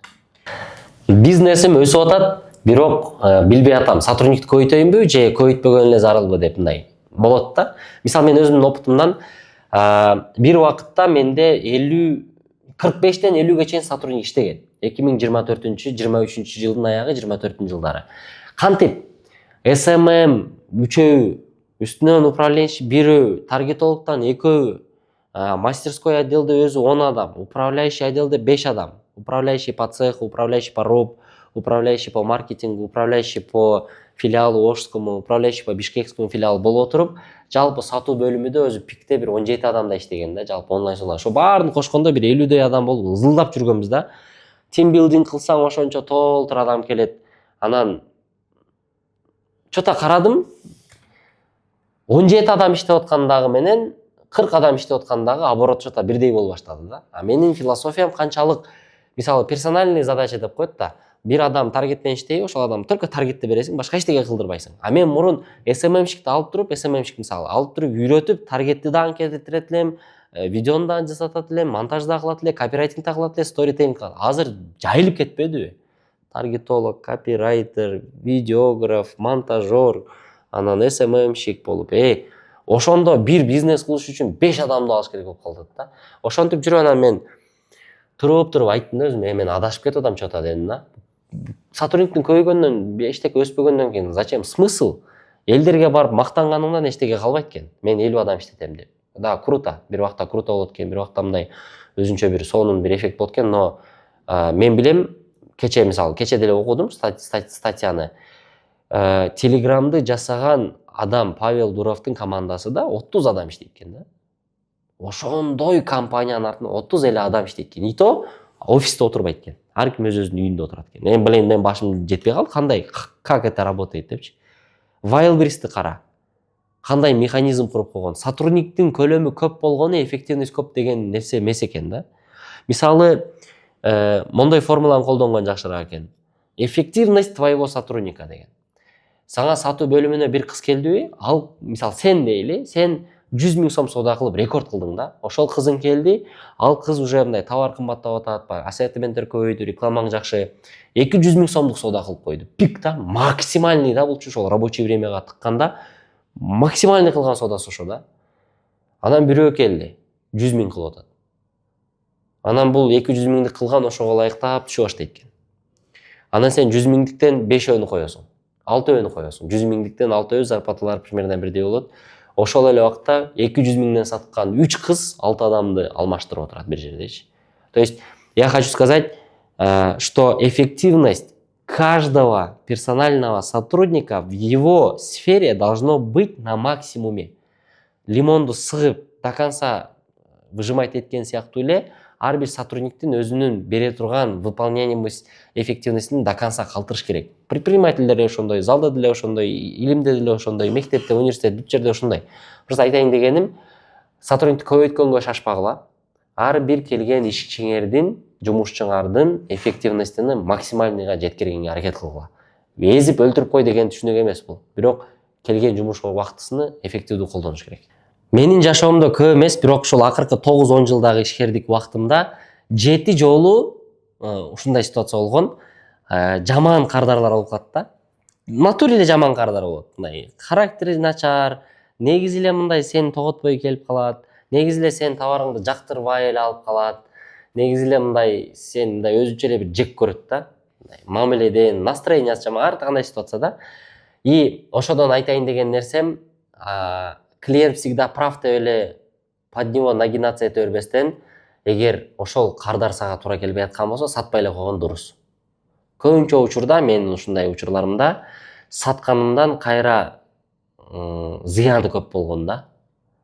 Өтө көп болгон зыянычы. Акчаны көбүрөөк сурайт, заявление жазайм, бул, короче, бирденке маселелер менен көп жаралып кетет. Поэтому эң жакшы кеңешим, эгер сага ошондой начар кардар келген болсо, негизи эле начар кардар келген болсо, аны менен мындай көңүлүн алам деп, мындай бүт нерсеге даяр болбостон, биз эмебиз да, биз кыргыздар кичпейилдик болгонду аракет кылабыз, тем более могул түштүк жакта болсо ушундай аракет кылабыз дагы, анан өзүбүзгө зыян келтирип алабыз да. Ошол убакта байке, сизге байкашым боюнча менин товарым жакпаптыр, башка жерден эле карап аласыз го, мен жабылып аттым эле деп туруп жаап чыгып кетип калган эң дурусу ушул экен да. Сатпай эле койгон жакшы. Я вот это вот рекомендую. Көбүнчөсү жагынам деп, сатам деп өзү кыйнап алгандар өтө көп да. Стресс болосуң, моральный нерв кетет, убактың кетет, акчадан минуска кетесиң. Зачем? Биз ишкерлер иштешибиз керек. Адамдарга пайда алып келишибиз керек. Бирок ар кимдин көңүлүнө карап жүргөнгө убакыт жок. Ошол себептен айтайын деп тура көрдүм. Кийинки жери бар. Так. Кардар товарды алды, алгандан кийин кайра алып келсе возврат депчи. Алган дуруспу же албаш керекпи? Ушул маселе өтө чоң да. Көбүнчөсү айтат, клиент всегда прав, алыш керек, кайтарыш керек. Мисалы, кофейняларда тамагымда жакпады, мындай болуп калды десе, кайра алып келип башка тамак жасап беребиз. Да, эгер сен тамагыңдан жүн чыгып аткан болсо, конечно, жаңа жасап бересиң. Бирок сен саткан мондой стаканды сатсаң, бул стаканды кардар алып кетти дагы, 2 күндө бузуп туруп кайра алып келип койду. Мага жакпады, мына жерде трещинасы бар экен деп. Не кыласың? Мен ойлойт элем, мурун албайм. же болбосо ошол коюлган ущербке минус кылып калам. Мировой стандартта ушундай. Мировой стандартта болгон ущербти минус кылып коюшат дагы, калган акчасын кайтарып беришет. Бирок бизде шарият деген нерсе бар экен да. Мен азыр адашышым мүмкүн, эгер аттарыны кимден келген хадис деп айтсам, бирок ушундай бир окуя бар да. Сахабалар отурат экен. Ошол жерде пайгамбарыбыз алейхисалам келип туруп, ушундай Аллах Тааладан кимде ким ишкердик кылып, соода сатык кылып, ошол товарын алып кетип, келип наразы болуп кайтарамын, акчамды бериң кайра десе, ошол акчасын кайтарып бергенде дейт, Аллах Таала ага бейиштен же акыреттен ушундай бир белек берет экен дегенде, бир чоң белек экен да, өтө чоң белек экен. Ошол белек берет экен дегенде бир сахаба туруп, ишкердикке кирип, атайы соода сатык жасайт экен да. Тканьдар менен, по-моему, мен эсимде болсо. Ошол жумушту жасап, ушундай жумуш жасайт экен, иши өзүдөн өзү болуп кетет экен. Точкалар ачылып, чоңоюп, компания болуп, каравандар чыгып, өтө чоң болуп кетет экен дагы, бирок бунун жалгыз ниети ошол качан гана возврат алып келет экен деп жүрөргөн экен да. Возврат болбогон себеби товар жакшы болгон экен, соодасы адал болгон экен, берекелүү болгон экен. Анан дейт, бир эже, бир карыя дейби, бир эже дейби, бир канча убакыттан кийин, бир 7 жылдан кийин бир буюмду возврат кылып алып келет экен да. Маңыздарды алып коюп, мага акча бересиздер, акчам керек болуп атат дегенде, баягы сахаба ушундай сүйүнүп возврат кылат экен дагы, акчасын кайра кайтарып берет экен дагы. Касам ичем, Аллахтын алдында мен сөзүмө турдум, мен ушул нерсени кылдым деп туруп, бизнесини жаап ташыйт экен. Мунун негизги мааниси өтө туура понятие берип атат да. Сенин кылып койгон возвратыңдан сага зыян жок дегени да булчу. Анан муну Эрнис Айдаралиев, Эрнис костюмс дүкөнүнүн эгеси, менин досум, сүйлөп калган бир Reels деби же эмеде бир сүйлөп калганда, негизи дейт, бизге кайсы кардар келип туруп возврат кылбасын, костюмду болобу, бир 5 күнкө, 10 күнкө возврат кылгандар толтуруп калат дейт иногдачы. Биз кайтарып беребиз дейт. Анткени ушул сахаба болгон, ошол сахабанын жолунда жүргүбүз келет биз дагы деген да. Аллах Тааланын ыраазычылыгын тапкыбыз келет деген. Анан факт боюнча карасак, аркага кеткен жок да. Ал возврат кылып койгондон эч кайсы жери бир кемейген жок, дүйнөсү азайган жок. Ошол себептен айтайын, ишкердикте мындай нерселер болуп турат. Ошол үчүн эгерде сизге бир возврат келип аткан болсо, аны жылмаюу менен кабыл алып, сахабанын жолун жолдоп жүрөм, Аллах Тааланын ыраазычылыгын алып атам деп, акчасын толук кайтарып берип койсоңуз, Аллах Таала сизден ыраазы болот жана жумушуңузда береке болот. Биякта прямой эфирден суроо келип атат. Эгерде бизнесте өнүккүм келсе, в целом СНГ рыногун алганда кимдерди көрсөм жакшы мындай бир знания алам депчи. Мен Олег Торбосов дегенди көрөм. Олег Торбосов бул Дубайдагы жана башка өлкөлөрдө недвижимость сатат.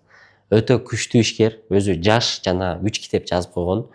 Анан долларовый миллионер да. По-моему, мульти даже 100-200 миллион доллар немеси бар өзүнүн капиталчы.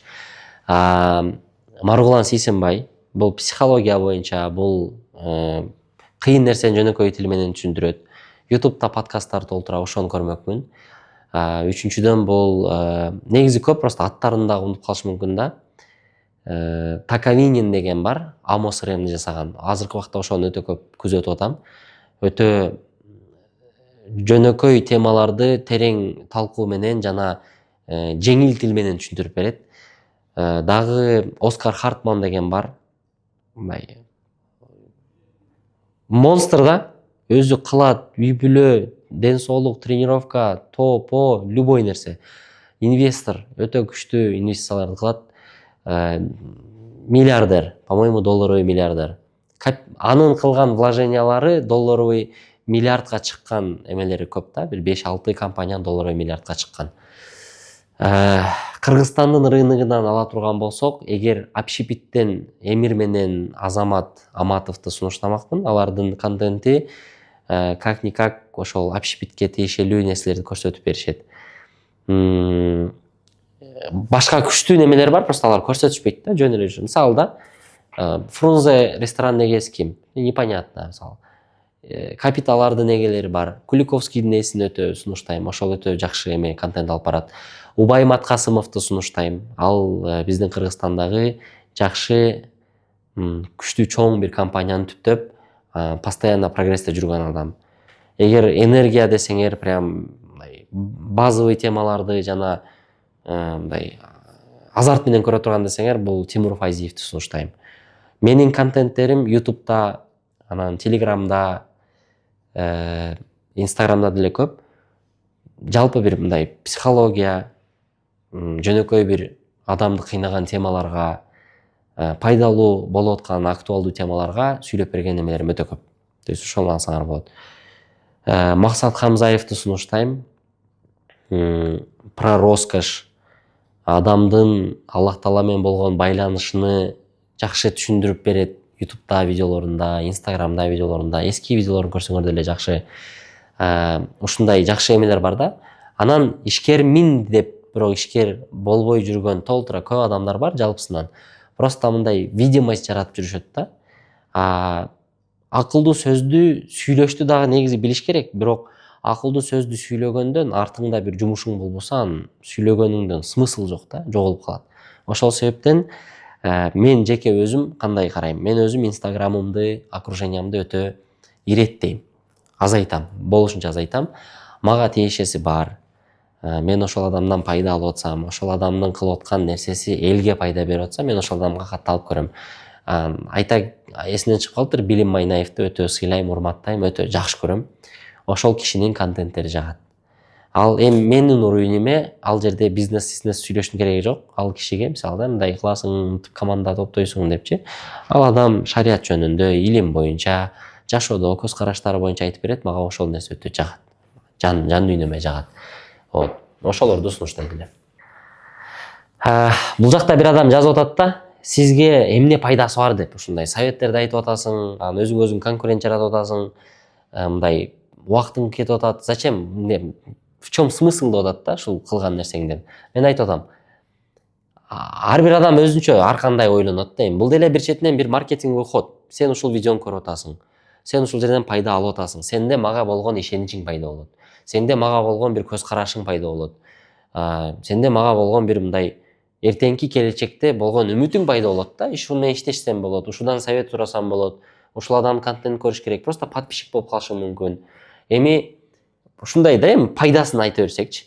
Внутренний голостан айтайын мен. Чын дилимден, ичимден эмнеге мен ушуну кылып атам дегенде, мага жагат, мага по кайфу. Мен мындай сүйлөп бергим келет. Мен билген нерсем менен бөлүшкүм келет.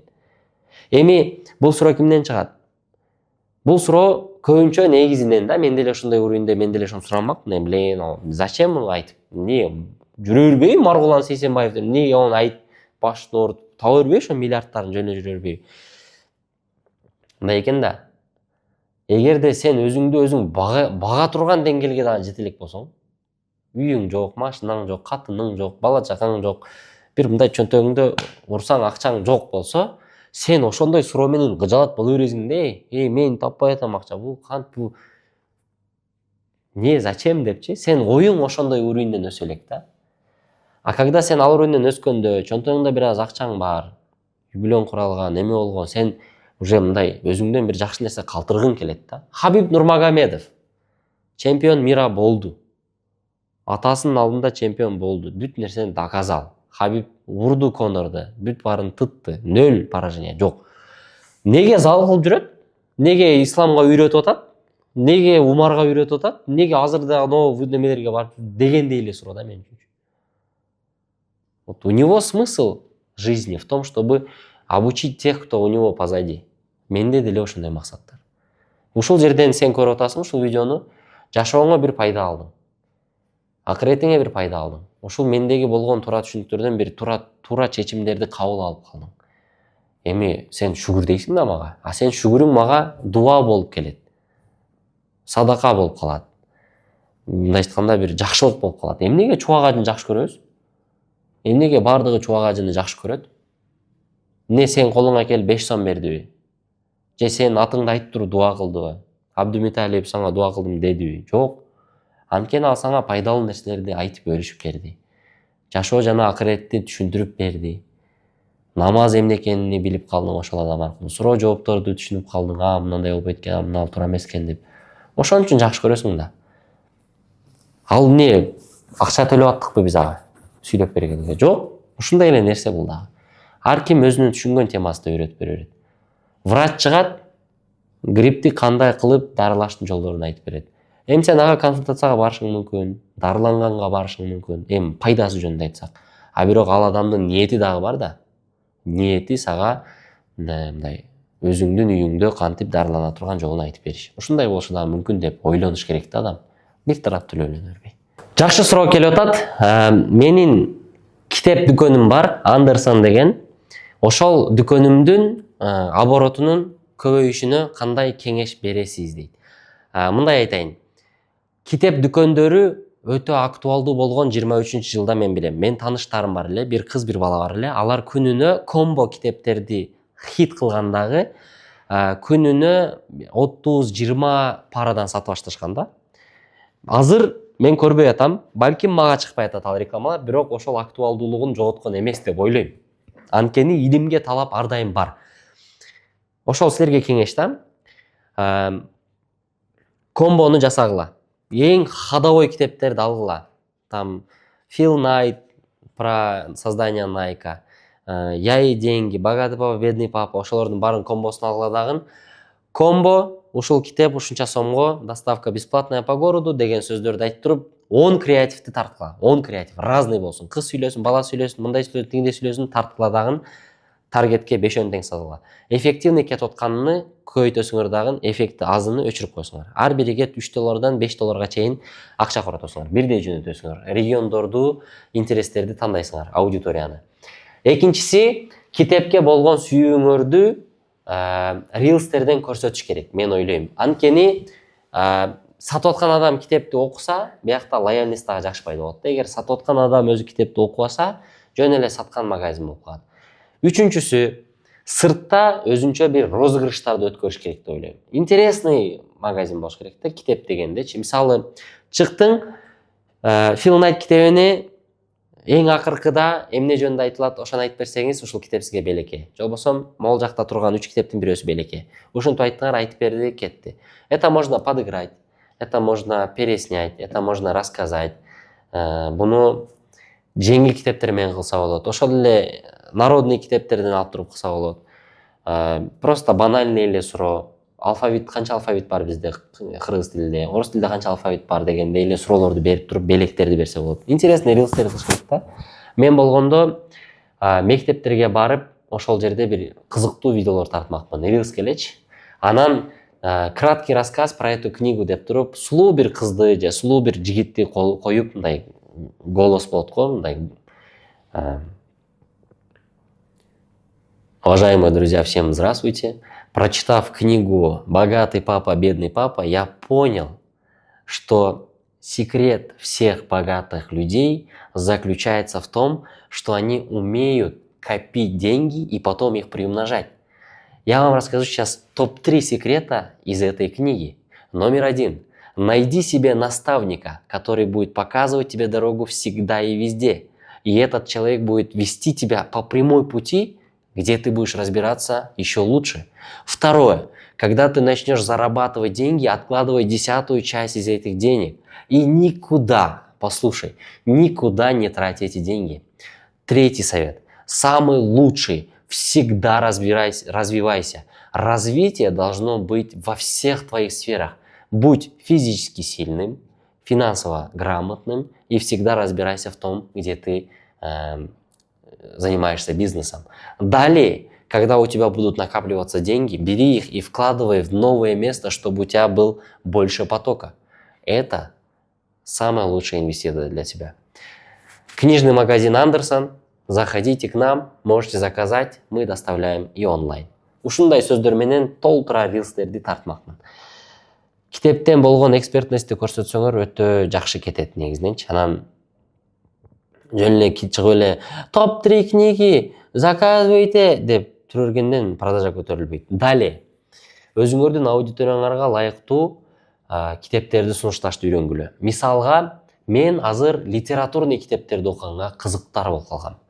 Акыркы окуганым биринчи мугалим деген произведениени окуп чыктым. Бали шокмун деп койгула. Прям рахат алып кеттим. Баягы китептин бүтүшү ушундай болду, что акыркысын өзүң бүтүрүп ал деди да.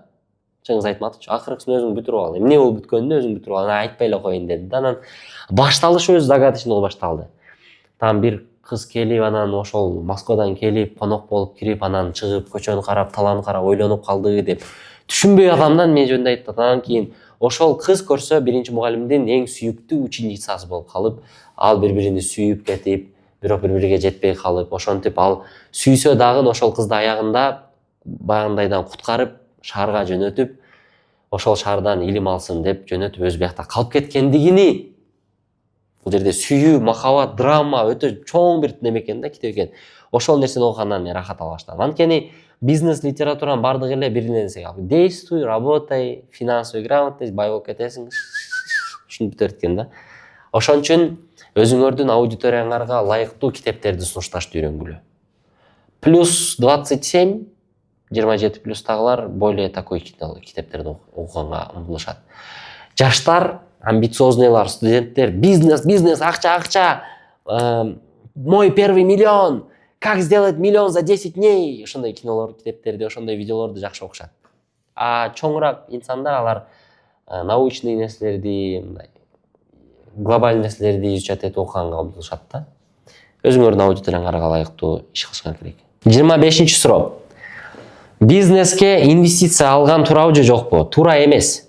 Эгерде сен жумушту эми баштап кылып аткан болсоң, өзү оборотуң бир 500 миң, 300 миң, 400 миң, миллион, 2 миллион, 3 миллионго чейин инвестиция деген нерсени ойлонбой эле кылган жакшы. Андан көрү хороший бир жакшы поставщик болгону дурус болот. Инвестицияга качан жетесиңер? Дагы бир жолу айтайын. Силер масштабка чыгып атасыңар да, мисалы производствону койдуңар. Өзүмдүн мисалымда зергерчилик цехти курдум, 2 магазин ачтым, производствону койдум.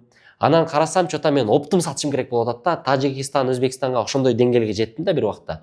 Анан ошол убакытта сага действительно инвестиция керек да. Бир 150 миң, 200 миң доллар инвестиция. Мага ошондой инвестор өзү келген. Келип айтат, көрсөтчү дейт, цехти көрсөттүм. Цифраларды көрсөт деди, цифраларды көрсөттүм, оборот көрсөттүм, команданы көрсөттүм, 7 жылдан бери иштегенин көрсөттүм, айтты. Канча салайлы дедим. Мен айттым, бир 50 миң доллар менен баштайлы дедим. 50 миң доллар бериңиз, товар алайын, мен жасайын, производство кылып сатып көрөйлү. Болсо жакшыган даш кетебиз десем, мана сен чоңураак ойлонбойсуңбу деди да мага. Анан кандайча десем, эми биз Россиядан машина, Кореядан машина алып келип Россияга сатабыз. Россияда тааныштарыбыз көп. Россияга точка ачпайсыңбы? Эмнеге күмүш жасап атасың? Эмнеге алтын жасабайсың? Деди да. Мен акылым жетпеди ошол айткан сөзгө. Мен айттым, байке анда жөн эле коет окшойбуз дедим да. Анткени сен айтып аткан нерсеге менин же тажрыйбам даяр эмес, же мен өзүмө жоопкерчилик ала албайм. Анткени ал киши айтты да, 200 миң доллардан көбүрөөк акча бергенге даярбыз, эгер ушул нерселерди кылам десең, анткени бриллианттарды алтындан пайда көп калат, Россияда кымбат сатылат, деди да. Мен ошол жерден өзүм отказ бердим. Анткени мен андай чоң жоопкерчиликке даяр эмесмин да. Бул дегени сенин кылып аткан жумушуң негизи жакшы болуп аткан болсо, инвестор өзү келет. Агаң, байкең, тууганың, таанышың келет, өзү мен акча салайын, мен деле сен менен иштейин деп келет. Вот көбүнчөсү 97-98% көтү боктор да. Өзү бизнесиден же нормальный иши жок, же пайда жок, же кураштыра алган эмес, же системасы түшүнүк эмес. Анан эптеп эле Wildberries'те иштейм байке, товар алып сатам деп эле муттетип эле баягы эптеп акча ала турган жолун таап алгандагы инвестиция болуп кеткен. Же болбосо мына Кыргызстанда өзүңөр көрүп аткан К1 адамдар ушундай болуп кетти. Инвестиция деген түшүнүктү жеңил таратып таштады, элдер аны жеңил деп ойлоп калды, инвесторлор канчасы далай күйүп кетти, инвестиция алгандардын көбү канчалык мошенник болуп кетти. Инвестиция деген түшүнүк бизде мындай мошеннический схема болуп кетти да. Ушул нерсе өтө жаман жакка алып барат. Өтө мамлекеттин ичиндеги дестабилизацияга алып барат. Өтө мындай ишеничтин жоктугуна алып барат. Негизи мусулмандарда, шариятта келишим деген бул ооз эки сөздөн болгон да. Келиштик, мен макулмун дегени уже бул келишим болгон. Ошол доорлордо, пайгамбар алейхиссаламдын убакыттарында азыр документ, печать кой, кол кой, анан пункттарды жазып кой, нотариальный заверение кылып кой, анан кийин залог берип кой болуп атып, биздики западный темаларга кирип, ошондо деле канчасы бири-бирин алдап жүрөт. Ушул нерсени мен дурус деп көрбөйм.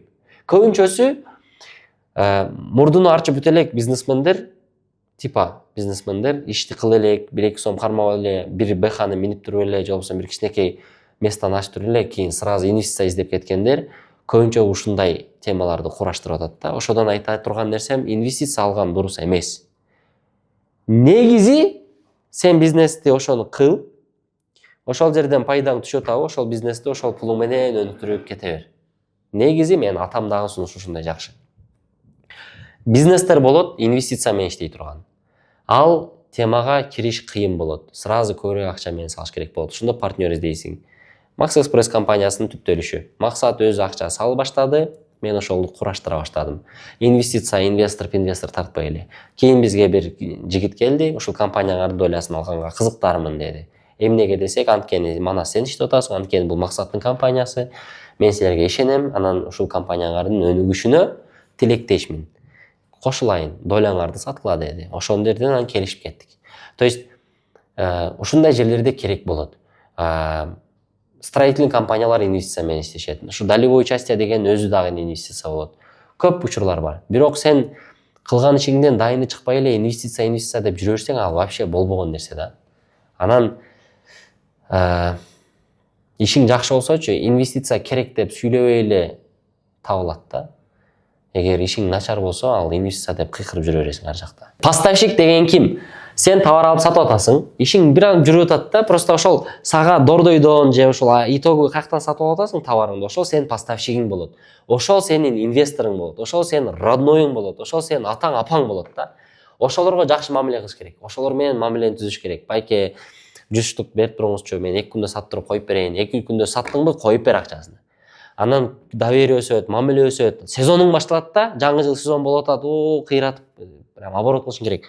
Барасың, байке, менде азыр акча бар, мына 100 000 сом. 100 000 сомду берейин, бирок мага 500 штук берип туруңуз шудан.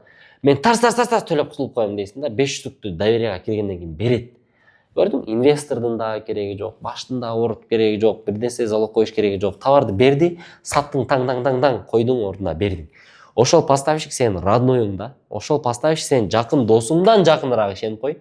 Ошон үчүн негизи эле алып сатууда ключевой ролду ойногон бул поставщик да. Поставщикти канчалык жакшы мамилеге тартасың, канчалык аны менен жакшы болосуң, ошончолук сенин жумушуң бат өрчүйт. Ошончолук сенин товарың арзаныраак болот. Бирок поставщиктердин бардыгы жакшы эмес.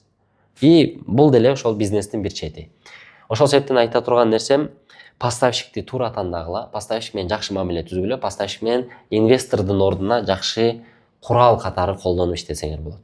Мен билген адамдар, жакшы таанып, жакшы деп айткан адамдар кудум ушул түр менен жакшы бизнес кылышат. Товарная упаковка деген түшүнүк бар да. Товарная упаковка бул ар бир товардын өзүнүн сегментациясына карап кете берет. Сегмент дешевый сегмент, средний сегмент, дорогой сегмент деп айтылат го базовый тилде айткандачы.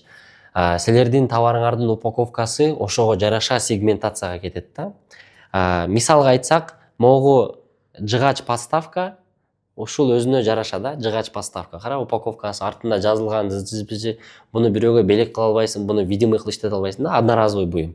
Ушундай эле подставкалар бар, телефондун грамотный, жакшы темирден жасалган. Аны машинага коюп койсоң болот, офиске коюп койсоң болот дегендейчи. Анын упаковкасы деле өзгөчө болот да. Өзүмдүн компаниямдан алып айта турган болсом, Заманбап компаниясында эң күчтүү жакшы крафтовый пакеттен жасалган 4 бурчтук коробка жасалат. Анын үстүнөн пакет кийгизилет. Анын ичинде сертификат гарантиясы менен коюлат. Анын ичинде белек болот, анын ичинде футляр болот. Бархатный футляр. Аны ачканыңда ичинде буюм турган болот да, күмүштөн, алтындан жасалган буюм. И алган адам рахат алыш керек да. Ошондо ал адам Заманбап деген компаниясы менен мындай соприкосновение бир таанышып, вау деген эффект болот да. Вот ошондо сенин товарың, сатып аткан буюмуңдун качествосы, кымбаттыгы билинип турат.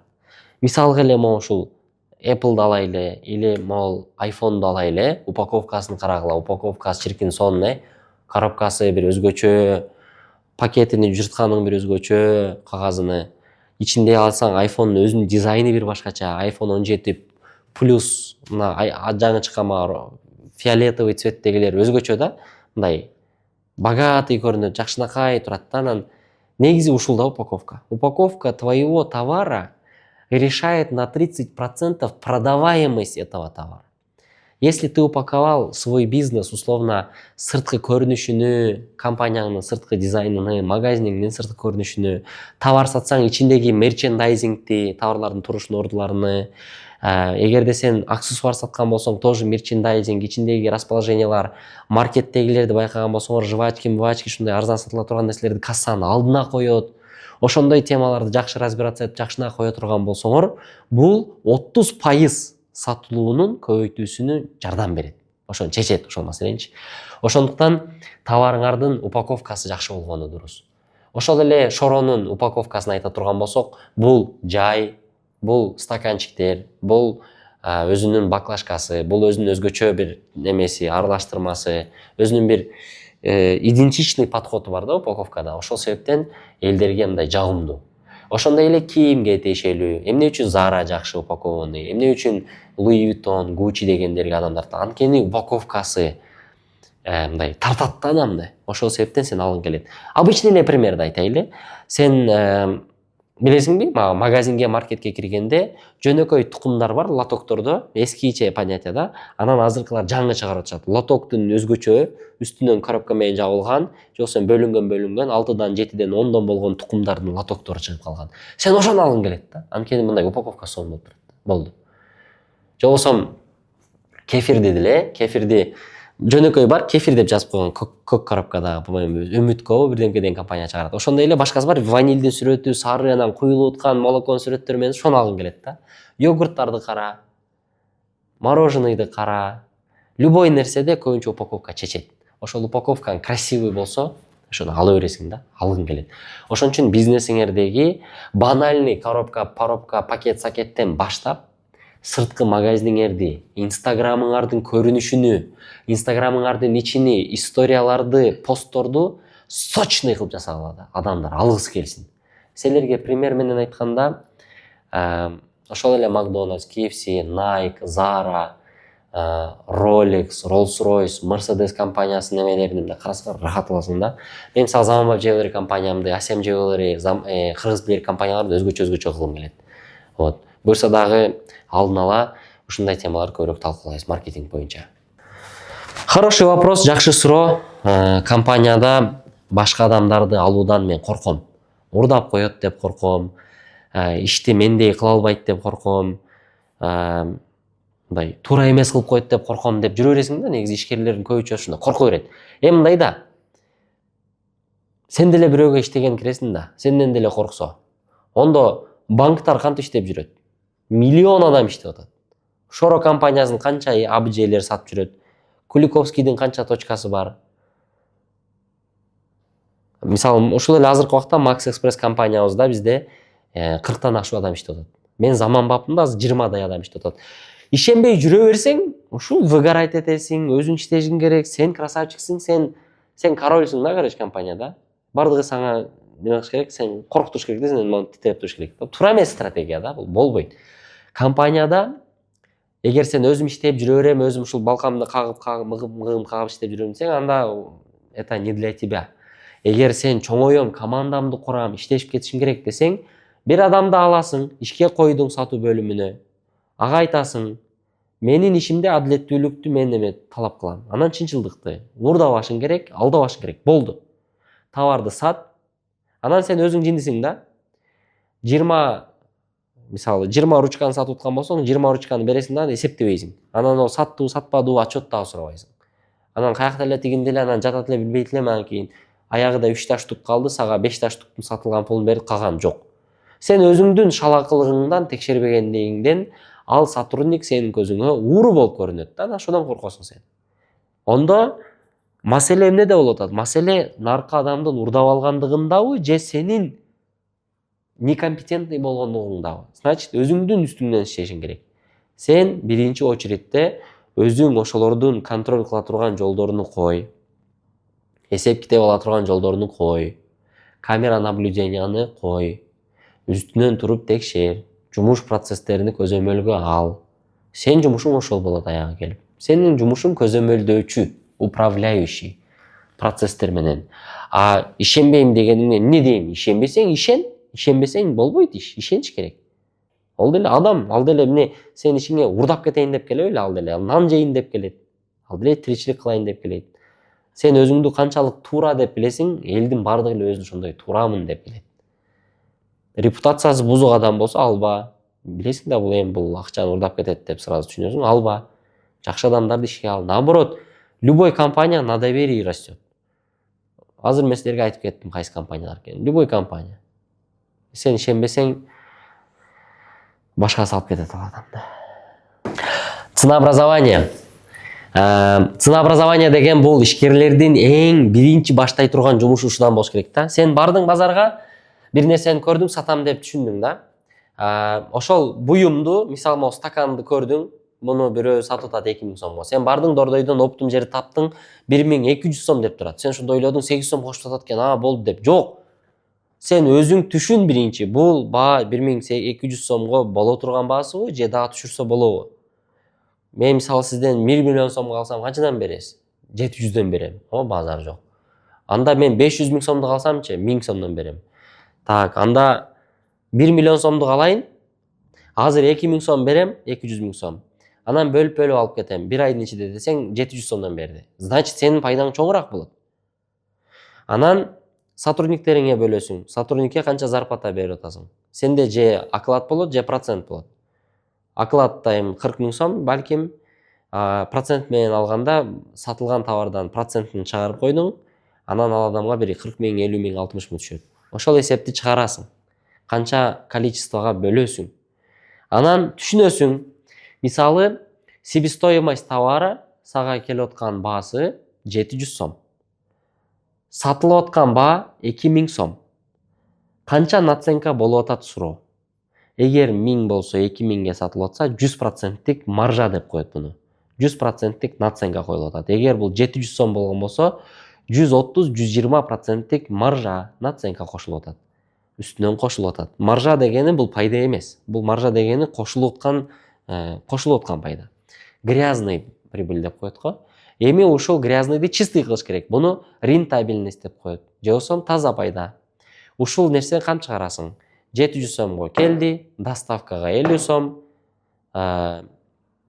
упаковка 100 сом, сатуу бөлүмүнө 300 сом, анан теги бул реклама болуп атып, сенин таза ушуга кетип аткан расходу менен себестоимость чыгат 1700 сом.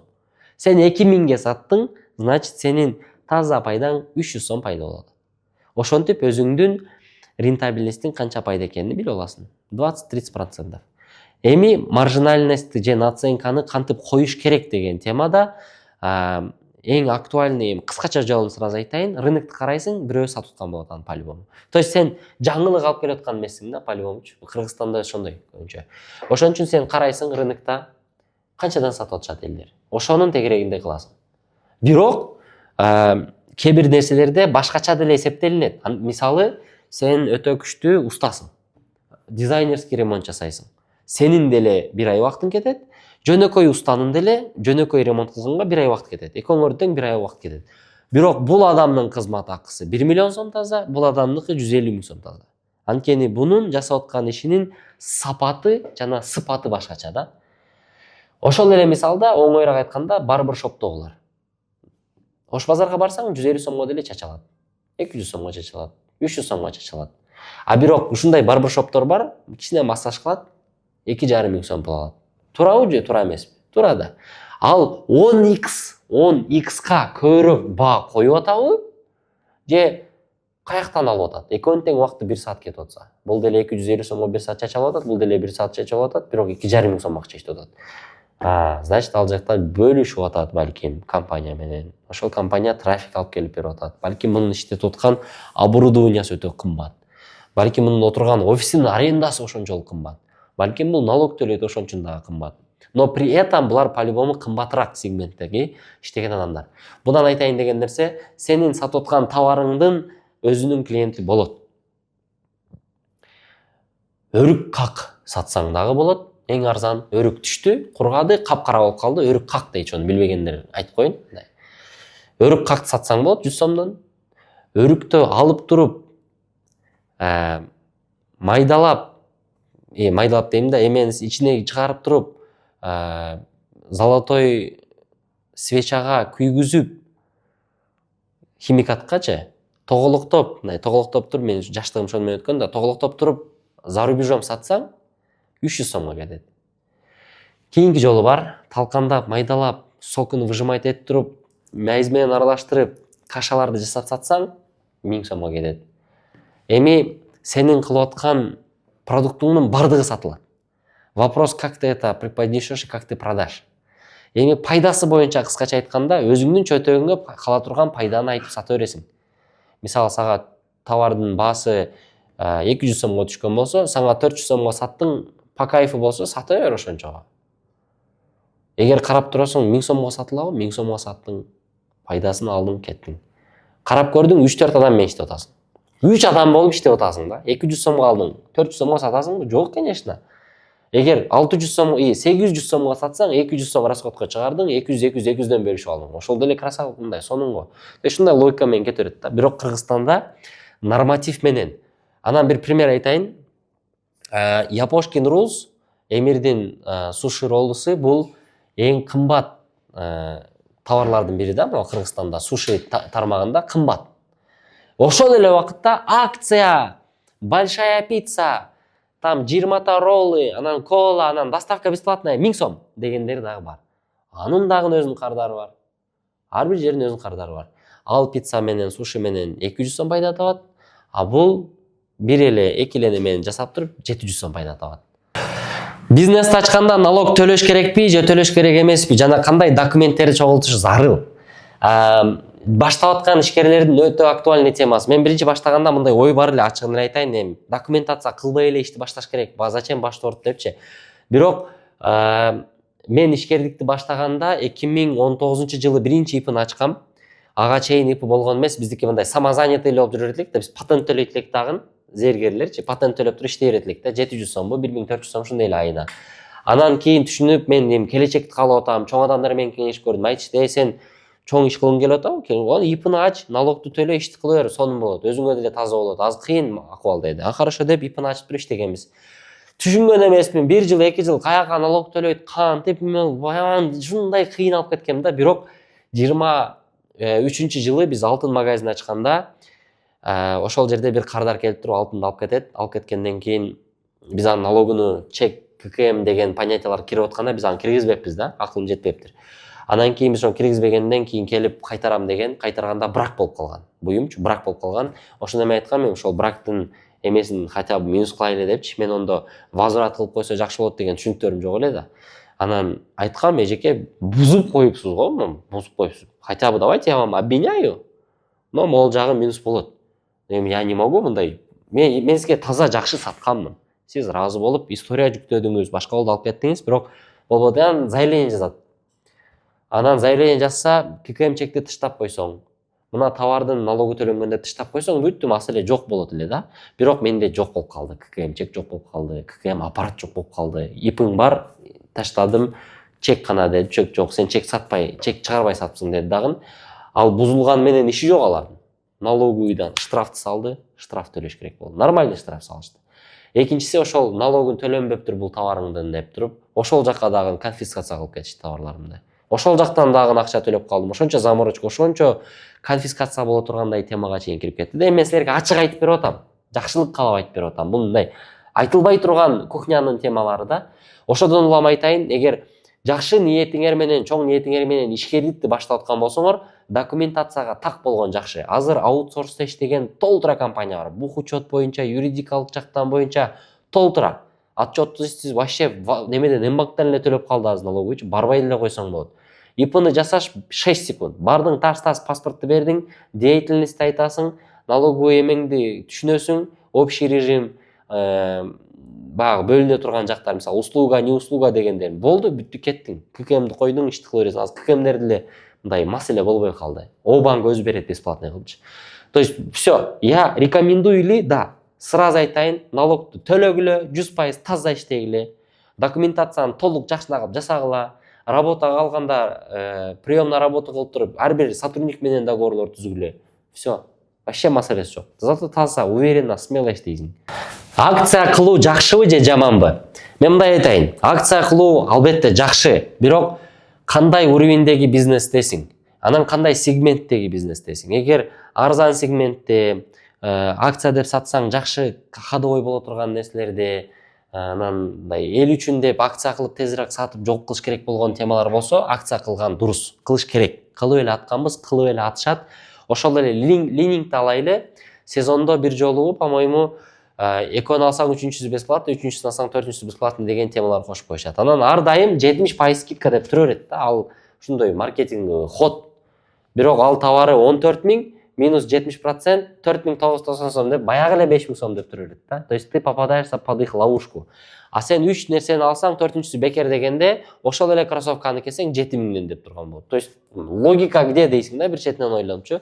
Но да, они делают скидку, алар арзандатып беришет. Мисалы менде деле болот, Заманбап Jewelry компаниясында биз мартка карата, аялдардын майрамына карата действительно реальный скидка кылабыз. 20-30%га чейин. Кандай? 10 миңдик товарларыбыз целый круглый сезон 10 миңден сатылып келип атса, март келгенде биз сезон, биз иштеп калышыбыз керек. Биз маржанын прибылин азайтабыз, бирок көбүрөөк объемго чыкканга аракет кылабыз. Ошол жерде биз 10 миңдик буюмду 7 миң, 7500га чейин түшүрүп сатабыз. Доставкасы бекер, бүт нерсе эч кандай бир качествосын түшүрбөйбүз. То есть биздин максатыбыз ошол жерде объем менен иштеп калышта. Ушундай скидкаларды, акциялар кылган дурус. Любой эле компанияда, Глобуста, немеде, любой жерде акция бар. Акцияны элдер жакшы көрөт. Любой жерде, даже Facebooктун өзүдө бар, даже любой предпринимательский деятельностьта бар. Эми сен кандай подача кыласың, ушул жерде маанилүү. Маркетинговый ходдо акцияны айтууну мен өзүм жеке бир 10 жолуну билем да. Акция минус 50% бул битта жолу болмосо, дагы 9 жолу бар, ошону айта турганым. Аны мындай банальный подача менен кылбасаң, жакшы подача болот. М+тан рассрочка берип саткан туугандарга бул видео. Мен дагы силердин катарыңардагы ишкермин. Анан М+ деген өтө ыңгайлуу болгондугунан мен дагы кеңеш алып, ошол иштеген офистеги адамдардан анан ошол М+ду коштум. Расчетный счетума уладым, коштум, Кудайга шүгүр, мындай сураган адамдар көп эле, ошолор кошулуп заказ кыла башташты. Мындай эле айтайын, примерно айына бир 400 миң, 350 миң сомдон оборот М+дун өзүндө болот эле да. М+дун схемасы кандай иштейт? Банк кардарга М-банктын өзүнө карыз берет. Ол карызы М+дун ичинде тура берет. Анан сага жазат кардар, ушундай буюмуңду алайын дедимде, сен баалашасың, 10 миң сом дейсиң. Анан ал кардар ошол М+га кирет дагы, поискка басат, мисалы Заманбап Jewelry деп басат, чыгат. Ошол жерде басат дагы, анан кийин 10 миң сом деп туруп, жазып туруп, заказать деп басып коет. Анан бул жактан сен ошол товар жөнөтө бересиң. Расчетный счетко банк акчаны которуп коет сага, сен акчаны сразу чыгарып ала бересиң. Наркы адам 3 айдын ичинде бөлүп М-банкынан 3333 сомдон минус кылып алып коет. Мындай ойлоп карасаң, ошондо мемне каяктан кетти? Ошондо бул акчаны төлөбөй атса, бул суткорлук деле жок дейсиң. Бирок бул жерде банк менен сатуучу экөөнүн келишими бар. Ал келишим боюнча көбүндө билбейм, бирок биздин ювелирный бизнесте 15%га чейин комиссия алып калышат да. 10 миңге саткан товарымдан 1500 сомуну М-банк алып калат өзүнө, М+дун услугасы. Мен разымын. Блин, мындай карап көрсөң, зато товарың өтүп атат, зато наличка акча түшүп атат. И то предоплата, средоплата деп эле толук төлөнөт. Бирок биздин шариятыбызга ылайык мен изилдей бердим. Анан бир устазды таптым, жакшы устазды, көңүлүм толуп турган. Чукулап көрүп, сүйлөшүп, өзүм үчүн түшүндүм. Мен эч кимди үгүттөп, тура эмес деп айтпай эле коеюн, бирок мен өзүм үчүн түшүндүм, что мага М+ тура келбейт. Азыркы учурдагы М+ тура келбейт. Ошол себептен М+ду командадан алып таштадым. Менин оборотум бүгүнкү күнгө бир 700 миң сомго чейин түшүп кетти. Бирок бүт нерсе Алладан деген ишеним менен мен М+га жолобой элем. Башка тура адал жолу болгон болсо, ушул ылдыйга жазып койгула, балким ошол жагынан кеңешип, ошол нерсени кошконго аракеттенем. Эгерде сиз дагы күмөндөп жүргөн болсоңуз, биздин максатыбыз акча табыш эле эмес да, биздин максатыбыз акыретибизге дагы иштеп калыш. Ошол себептен силерге дагы сунуштайм, кылып аткан ишибизди адалдап иштейли. Ишкердик убактымда мен өзүмө бир формула чыгарып алдым да. Мен ар дайым бир жактан өсүп турбасам жалкоолук пайда болуп калат экен. Экинчиден мындай кызыксыз болуп калат экенсиң, анан ишиң дагы өнүкпөй калгандай бир чувство болуп калат, мындай потолокко туруп калгандай. Мен өзүм алган ушул формуланын негизинде жашоодо ар дайым прогресс бар да. Бул эмне? Бул биринчи, маркетингди всегда изучать этиш керек. Инстаграм чукулайсыңбы, Threads чукулайсыңбы, сен үчүн бизнестердин өрчүшү, трендтер кайсы жол менен кетип атат, ким өсүп атат, мен бүт анализ кылганды жакшы көрөм. Ошол карайм, изучать этем, бул мындай кылат, бул тигиндей кылат, все болду. Барам, маалымат алам, сурайм, муну кандай кылдың, буну кандай кылдың, эмнеге мындай кылдың, мындай кылып көрсөкчү, мындай кылып көрсөкчү, балким мындай кылса жакшы өтөт деп, ушуларды мен өзүм жакшы көрөм да. Экинчиси бул ар тараптуу өнүгүү. Мисалы, мен зергермин, мага общепит кызык эмес деп жашагандан көрө, общепитти деле билген жакшы. Бул товар мондай сатылат, бул кандай кетет, бул монча жасалат. Мебельный бизнести билген жакшы. Строительный компанияны түшүнүп билген жакшы. Анткени ишкер болгондуктан кийин сенин максатың нан табыш да, мындай иштеш. Биздин Кыргызстандын уровениде айтканда мындай темаңды занимация этип, акылың жетип атса, акчаң жетип атса, билимиң жетип атса, ушул жерди кылып кетиш керек. Ошон үчүн ар тараптуу өрчүгөндүк жакшы экен. Мен өзүм үчүн просто ушул формуланы айттым, что мен, конечно, фокус деген понятие бар, фокусту коюп бир тараптуу иштейсиң, но разносторонний, информативный маркетолог болуш үчүн негизи өтө көп эме керек да. Мен ошого умтулам. Мен маркетологмун деп айтпайм, просто маркетинг жактан өтө катуу результаттарды бериш үчүн сенде насмотренность болуш керек да. Насмотренность болуш үчүн сен ар тараптуу информативный полени жыйнап турушуң керек. Вот мен өзүм үчүн ушул анализ кылганды алдым. Ар дайым ар тараптуу өнүккөндүктү алдым. И анан команда образования менен систематизация бизнесин алдым. Ушул нерселер мага жетиштүү. Мен эгерде финансыдан түшүнбөй атсам, финансыдан түшүнгөн адам менен иштегенге аракет кылам. Вот. Товардын ассортименти жана кайсы товарга фокус коюп саткан жакшы. Мисалы мындай да, Закон Паретто деген китеп бар, 80/20 деген китеп, негизи ошол китептен сунуштайм окуп койгонго. Ал негизги китептин мазмуну ушуда. 80% товарың 20% оборотту берет, 20% товарың 80% оборотту берет. Көбүнчө магазиндердин примеринде ушундай. Мен мисалы өзүмдүн ювелирный брендимди ала турган болсом, мен компаниямда шакек, сөйкө, мончок, кулакка таккан, түрдүү колго таккан, анан ошол эле катарында билериктер бар. Билериктердин ичинде дагы ассортимент өтө чоң, бир 30 түрдүү билериктер бар. Эми ошол Закон Пареттого салганда статистиканы карап көрөм, эң кеткен ходовой товарларым бар да. Алардын ичинен бир 5 товар эң жакшы кетет. Менде ошондо понятие пайда болот. Токтоп тур, ушул 5 товарым анализ боюнча 80% оборотту түзүп атса, мен ошондо кантейин? Бардыгын эле баягындай эле реклама кыла берейинби, бүт нерсени тыгып, же фокусту ошого коюп туруп реклама кылайынбы деп, мен өзүм үчүн ушуну мен алдым формуланы. Мен ошол болуп аткан, кетип аткан товарымды алам дагы, ошого фокусту коюп, ошол үстүнөн басым жасап сатам. Калган товарлар второстепенный болуп калат. И ошондон кийин катуу өсүш болгон менде. Дагы бир пример, X-Shop деген Бекболсон деген үкөбүздүн магазини бар. Ошол магазинди карап көрө турган болсок, мен киргем, YouTube'га каналда видео тартканбыз ошонун жумушу боюнча 1,5 жыл алдың. Анан карап көрсөк, эң ходовой продукциясы бул двойка менен ошол кроссовкалар экен да.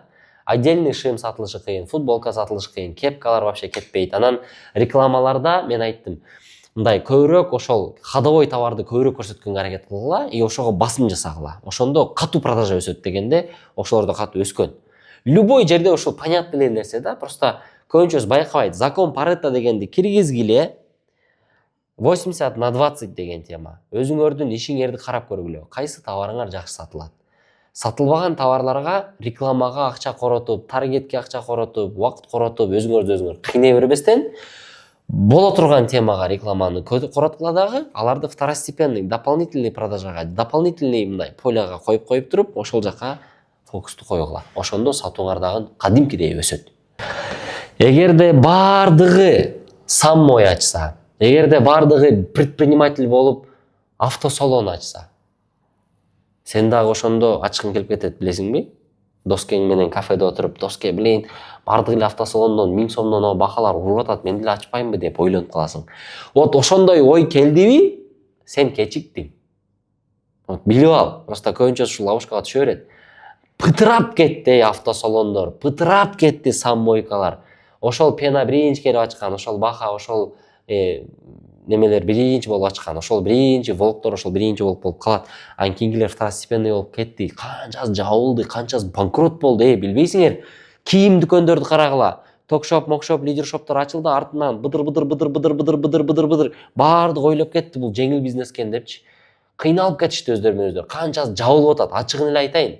Ошол эле бек болсун, X-Shop деген магазин ачканда, Ошто 2 точкасы бар болчу, Караколдо, тигинде мында болуп атып бир 4-5 точканы ачып алган. Мен барып айттым, кошумча точканын сага кереги барбы? Ал жакта эффективный деле болбой атса керек десем, эффективный болот, биз ошону кармаш керек деп. Мен айттым, мындай бир точкадан 10 миллион оборот кылып койсоң болот, ишенесиңби? Мындай без проблем. Наоборот, ушул точканы күчөйтсөң жакшы болот. Деп, бүгүнкү күндө ошол бала дагы акылдуу да. Ошол точка бир эле точка боюнча калды, бирок башка темаларга кирип кетти. Эми ойлонуп көргүлө, эмнеге анда бул 5-6 точка ачып кеткен жок? Эмнеге андай кылбай атат? Есть понимание насыщенность рынка. Рынок толот. Каалайсыңбы сен аны же каалабайсыңбы? Бишкек шаарында мисал айтайлы, бир 20 мубарак жетет да, андан ашыкча да. Фаизадан 5 жетет да. Onu 20 тагып койсоң эч ким барбай коет.